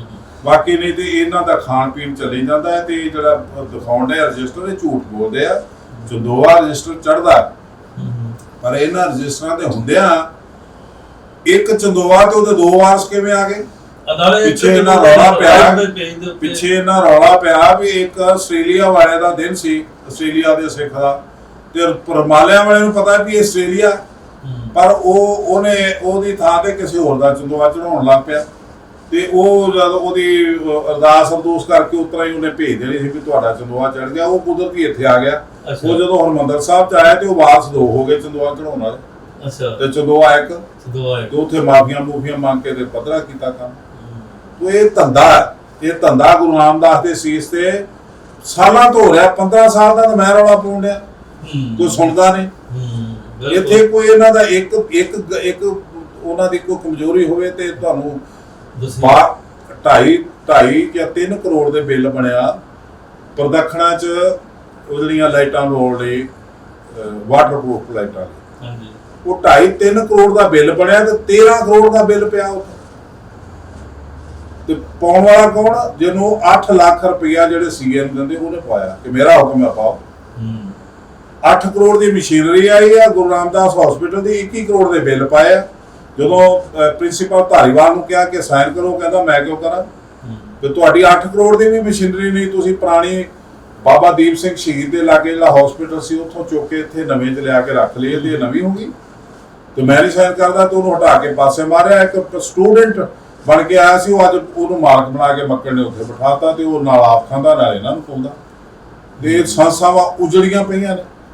ਸੋ ਅੱਜ ਵੀ ਗੁਰੂ ਘਰਾਂ ਦੇ ਵਿੱਚ ਕਈ ਜਗ੍ਹਾ ਦੇ ਉੱਤੇ ਮਸੰਦਾਂ ਦੀ ਘਾਟ ਹੈ। ਮਸੰਦਾਂ ਨੇ ਘਾਟ ਕੀ ਹੋਣੀ ਹੈ? ਤੂੰ ਉੱਥੇ ਤੋਂ ਇਹ ਕਹੋ ਵੀ ਕੋਈ ਚੰਗਾ ਬੰਦਾ ਦਿਸਦਾ ਤੇ ਉਹਦਾ ਨਾਲ ਦੇਖੋ, ਖਾਸ ਕਰਕੇ ਜਦੋਂ ਤੁਸੀਂ ਤੇ ਬਹੁਤ ਚਿਰ ਦਾ ਢੋਲ ਵਜਾ ਰਹੇ ਹੋ, ਲੋਕਾਂ ਨੂੰ ਰੌਲਾ ਪਾ ਕੇ ਜਾਗਰੂਕ ਕਰ ਰਹੇ ਹੋ, ਪਰ ਦੇਖੋ ਗੁਰੂ ਗੋਬਿੰਦ ਸਿੰਘ ਜੀ ਵੀ ਇੱਕ ਵਾਰੀ ਜਦੋਂ ਤੁਰੇ ਜਾਂਦੇ ਸਨ ਤੇ ਨਾਲ ਸਿੰਘਾਂ ਦੇ ਸਾਹਮਣੇ ਉਹਨਾਂ ਨੇ ਇੱਕ ਤੀਰ ਦੇ ਨਾਲ ਇੱਕ ਕਬਰ ਨੂੰ ਉਹਨਾਂ ਨੇ ਮੱਥਾ ਟੇਕਿਆ। ਜਦੋਂ ਉਹਨਾਂ ਨੇ ਸਿੰਘਾਂ ਨੇ ਉਹਨਾਂ ਨੂੰ ਪੁੱਛਿਆ ਵੀ ਤੁਸੀਂ ਤੇ ਕਹਿੰਦੇ ਸੀ ਕਿਸੇ ਮੱਥਾ ਨਹੀਂ ਟੇਕਣਾ ਗੁਰੂ ਗ੍ਰੰਥ ਸਾਹਿਬ ਤੋਂ ਬਗੈਰ, ਤਾਂ ਉਹਨਾਂ ਨੇ ਕਿਹਾ ਮੈਂ ਦੇਖਣਾ ਚਾਹੁੰਦਾ ਸੀ ਕਿ ਤੁਸੀਂ ਜਾਗਰੂਕ ਹੋ। ਅੱਜ ਬਾਕੀ ਹਰ ਸਿੱਖ ਕਿੱਦਾਂ ਜਾਗਰੂਕ ਹੋਣਾ ਚਾਹੀਦਾ ਕਿ ਇਹ ਨਹੀਂ ਕਿ 2 4 ਜਾਂ 5 ਬੰਦੇ ਰੌਲਾ ਪਾਉਂਦੇ ਰਹਿਣ, ਬਾਕੀਆਂ ਨੂੰ ਕੀ ਤੁਸੀਂ ਕਹੋਗੇ ਕਿੱਦਾਂ ਜਾਗਰੂਕ? ਦੇਖੋ, ਸਾਡੇ ਸਿੱਖ ਸਮਾਜ ਦੇ ਵਿੱਚ ਅਗਿਆਨਤਾ ਬਹੁਤ ਆ, ਹਿਸਟਰੀ ਦਾ ਪਤਾ ਨਹੀਂ। ਦਸਮ ਪਾਤਸ਼ਾਹ ਨੇ 5 ਪਿਆਰੇ ਜਦੋਂ ਬਣਾਏ ਤੇ ਇਹਨਾਂ ਨੂੰ ਗੁਰੂ ਖਾਲਸਾ ਕਹਿ ਕੇ ਨਵਾਜਿਆ ਸੀ। ਵਾਹਿਗੁਰੂ ਇੱਕ ਸੁਖਨ ਸਮਾਇਆ, ਗੁਰੂ ਖਾਲਸਾ ਨਾਮ ਧਰਾਇਆ, ਤੁਮ ਮੇਰੇ ਮੈਂ ਤੁਮਰਾ ਹੁਆ, ਤੁਮਰਾ ਹਮਰਾ ਗੁਰੂ ਨਾ ਦੂਆ।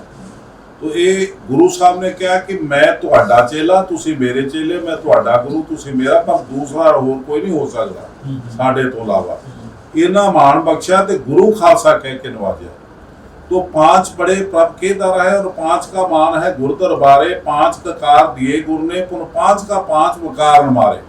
जे बिद पौल गुरदई तेह बिद 300 लीन, आप तिनका चेला भया एवं सतगुरु कीन।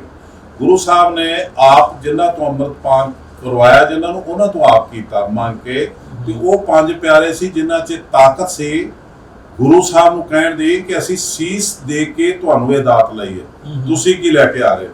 तो गुरु साहब ने कहा सी मैं तुहानूं सरबंस देवांगा, तुसीं एक सीख दिता मैं सरबंस देवांगा। वो सरबंस देण वाले दी प्रथा अज नगुरे बादल परिवार दीआं जनानियां दे पैरां 'च रुलदी पई कि रोटियां कार तालपुर दे पे ने। ये ज्ञानी जिन्ने भी ने बाबे बुੱਢੇ दी वंश ते पूरी गद्दी ते ਉਹਦੀ पदवी ते कलंक बन के लगे हुए। इत्थे तुहानूं कहिए कि दसीए कि इत्थे ते आवा उतया पिया। ਤੁਹਾਨੂੰ ਸਿੱਖ ਕੌਮ ਨੇ ਬੜਾ ਮਾਣ ਦਿੱਤਾ। ਪਹਿਲਾਂ ਤੁਸੀਂ ਸਿੰਘ ਸਾਹਿਬ ਬਣਨ ਤੋਂ ਪਹਿਲਾਂ ਵੀ 1978 ਤੋਂ ਬਾਅਦ ਜਦੋਂ ਸਿੱਖ ਕੌਮ ਦੇ ਉੱਤੇ ਆਪਾਂ ਨੂੰ ਸਾਰਿਆਂ ਨੂੰ ਪਤਾ ਸੀ ਇੱਕ ਬੜਾ ਵੱਡਾ ਕਾਂਡ ਹੋਇਆ ਸੀ। ਸੋ ਤੁਸੀਂ ਇੱਕ ਬੜਾ ਸਿਰ ਉੱਚਾ ਕਰਨ ਜੋਗਾ ਸਿੱਖ ਕੌਮ ਨੂੰ ਛੱਡਿਆ। ਉਸ ਤੋਂ ਬਾਅਦ ਜਿਹੜੇ ਬਾਹਰ ਵੀ ਜਿੰਨੇ ਵੀ ਪ੍ਰਦੇਸ਼ਾਂ ਵਿੱਚ ਵਸਦੇ ਸਨ ਉਹਨਾਂ ਨੇ ਵੀ ਤੁਹਾਨੂੰ ਬੜੇ ਮਾਣ ਨਾਲ ਉੱਥੇ ਲੈ ਜਾਣਾ ਚਾਹੁੰਦੇ ਸਨ। ਤੁਹਾਡਾ ਇੱਕ ਵਾਰੀ ਪ੍ਰੋਗਰਾਮ ਵੀ ਬਣਿਆ ਸੀ, ਤੁਸੀਂ ਅਮਰੀਕਾ ਦਾ ਤੁਹਾਡਾ ਵੀਜ਼ਾ ਵੀ ਲੱਗਿਆ ਸੀ। ਬਾਅਦ ਚ ਕੀ ਗੱਲ ਹੋਈ ਅਤੇ ਤੁਸੀਂ ਕਿਉਂ ਅਜੇ ਤੱਕ ਬਾਹਰਲੀਆਂ ਸੰਗਤਾਂ ਦੇ ਜਿਹੜੇ ਦਰਸ਼ਨ ਨਹੀਂ ਕਰ ਸਕੇ? 99 ਦੇ ਵਿੱਚ ਮੈਨੂੰ ਵੀਜ਼ਾ ਦਿੱਤਾ ਸੀ ਅੰਬੈਸੀ ਨੇ, ਅਮਰੀਕਨ ਅੰਬੈਸੀ ਨੇ, ਪਰ ਉਦੋਂ ਬਾਦਲ ਦੀ ਸਰਕਾਰ ਸੀ ਇੱਥੇ। ਇਹਨਾਂ ਨੇ ਉਹ ਬਾਹਰ ਦੇ ਸਿੱਖਾਂ ਨੇ ਰੌਲਾ ਬੜਾ ਪਾਤਾ ਤੇ ਇਹਨੂੰ ਪਤਾ ਲੱਗ ਗਿਆ। ਇਹਨੇ ਫਿਰ ਅੰਬੈਸੀ ਨੂੰ ਸੰਪਰਕ ਕਰਕੇ ਮੇਰਾ ਵੀਜ਼ਾ ਕਟਵਾਇਆ, ਇਹ ਕਹਿ ਕੇ ਕਿ ਦੋਸ਼ੀ ਆ, ਇਹਨੇ ਉਮਰ ਕੈਦ ਕੱਟੀ ਆ, ਇਹਦੇ ਜਾਣ ਐ ਹੋ ਸਕਦਾ। ਉਹ ਫਿਰ ਉਦੋਂ ਅੰਬੈਸੀ ਨੇ ਇਹਨੂੰ ਅੱਗੋਂ ਕਿਹਾ ਕਿ ਅਸੀਂ ਜਾਣਦੇ ਹਾਂ ਇਹਨੇ ਕੈਦ ਕੱਟੀ ਆ, ਪਰ ਇਹਦਾ ਰੁਤਬਾ ਦੇਖ ਕੇ ਅਸੀਂ ਇਹਨੂੰ ਅਕਾਲ ਤਖ਼ਤ ਸਾਹਿਬ ਦਾ ਜਥੇਦਾਰ ਕਰਕੇ ਅਸੀਂ ਵੀਜ਼ਾ ਦੇ ਰਹੇ ਹਾਂ ਤੇ ਇਹਨਾਂ ਦੀਆਂ ਅਸੀਂ ਸੁਰਖੀਆਂ ਪੜ੍ਹਦੇ ਹਾਂ ਅਖਬਾਰਾਂ 'ਚ, ਇੰਗਲਿਸ਼ ਅਖਬਾਰਾਂ 'ਚ, ਤਾਂ ਕਰਕੇ ਅਸੀਂ ਵੀਜ਼ਾ ਦਿੱਤਾ। ਤੁਹਾਨੂੰ ਇਹ ਕਿੱਦਾਂ ਪਤਾ ਲੱਗਿਆ ਸੀ ਕਿ ਉਹਨਾਂ ਨੇ ਵੀਜ਼ਾ ਲਗਵਾਇਆ? ਇਹ ਫਿਰ ਸਾਰਾ ਕੁਝ ਜਗਜ਼ਾਰ ਹੋ ਗਿਆ ਸੀ। ਇਹਨਾਂ ਨੇ ਫਿਰ ਫੈਕਸ ਭੇਜੀ ਕਿ ਅਸੀਂ ਉਹਨੂੰ ਅਕਾਲ ਤਖ਼ਤ ਤੋਂ ਲਾ ਰਹੇ ਹਾਂ, ਤੁਸੀਂ ਵੀਜ਼ਾ ਵਾਪਸ ਲਓ। ਫਿਰ ਇੰਟੈਲੀਜੈਂਸੀ ਦੇ ਚੀਫ ਨੇ ਇੱਥੋਂ ਚਿੱਠੀ ਲਿਖੀ ਬਾਦਲ ਦੇ ਕਹਿਣ ਤੇ। ਉਦੋਂ ਇੱਕ ਪੱਤਰਕਾਰ ਇੱਥੋਂ ਦਾ ਜਲੰਧਰ ਦਾ ਵੀ ਸ਼ਾਮਲ ਸੀ ਇਸ ਸਾਜ਼ਿਸ਼ ਦੇ। ਅੱਛਾ ਜੀ। ਇਹਨਾਂ ਨੇ ਜਦੋਂ ਉਹਨਾਂ ਨੂੰ ਲਿਖੀ ਚਿੱਠੀ ਤੋਂ ਉਹਨਾਂ ਫਿਰ ਮੇਰਾ ਵੀਜ਼ਾ ਵਾਪਸ ਲੈ ਲਿਆ। ਉਦੋਂ ਬਾਅਦ ਫਿਰ ਨਾ ਮੈਂ ਅਪਲਾਈ ਕੀਤਾ, ਨਾ ਹੀ ਕਿਸੇ ਨੇ ਕੋਈ ਜ਼ਿਆਦਾ ਰਿਜੈਕਟ ਕੀਤਾ। ਠੀਕ ਹੈ। 1978 ਤੋਂ ਬਾਅਦ ਆਪਾਂ ਬਹੁਤੀ ਲੰਮੀ ਨਹੀਂ ਗੱਲ ਕਰਨੀ ਚਾਹੁੰਦੇ, ਪਰ ਤੁਸੀਂ ਇੱਕਦਮ ਇੱਕ ਬੜਾ ਲੰਮਾ ਸਮਾਂ ਸੰਘਰਸ਼ ਕਰਕੇ, ਮਿਹਨਤ ਕਰਕੇ, ਤੁਸੀਂ ਉਸ ਸਮੇਂ ਕਿੱਥੇ ਸੀ ਤੇ ਤੁਹਾਡਾ ਕਿਸ ਤਰ੍ਹਾਂ ਤੁਸੀਂ ਏਡੀ ਵੱਡੀ ਜਿਹੜੀ ਕੌਮ ਦੀ ਸੇਵਾ ਸੀ, ਕਿਸ ਤਰ੍ਹਾਂ ਪ੍ਰਮਾਤਮਾ ਨੇ ਤੁਹਾਨੂੰ ਬਖਸ਼ਿਆ? ਇਹ ਆਪਣਾ ਹਾਈ ਕੋਰਟ ਦਾ ਜਿਹੜੀ ਜੱਜਮੈਂਟ ਹੈ ਉਹ ਪਈ ਇੰਟਰਨੈਟ ਤੇ, ਜਿਹਨੇ ਜਾਣਕਾਰੀ ਲੈਣੀ ਉਹਨੂੰ ਪੜ੍ਹ ਸਕਦਾ। ਠੀਕ ਹੈ। ਇਹ ਲੰਬੀਆਂ ਗੱਲਾਂ ਨੇ, ਸਟੋਰੀਆਂ।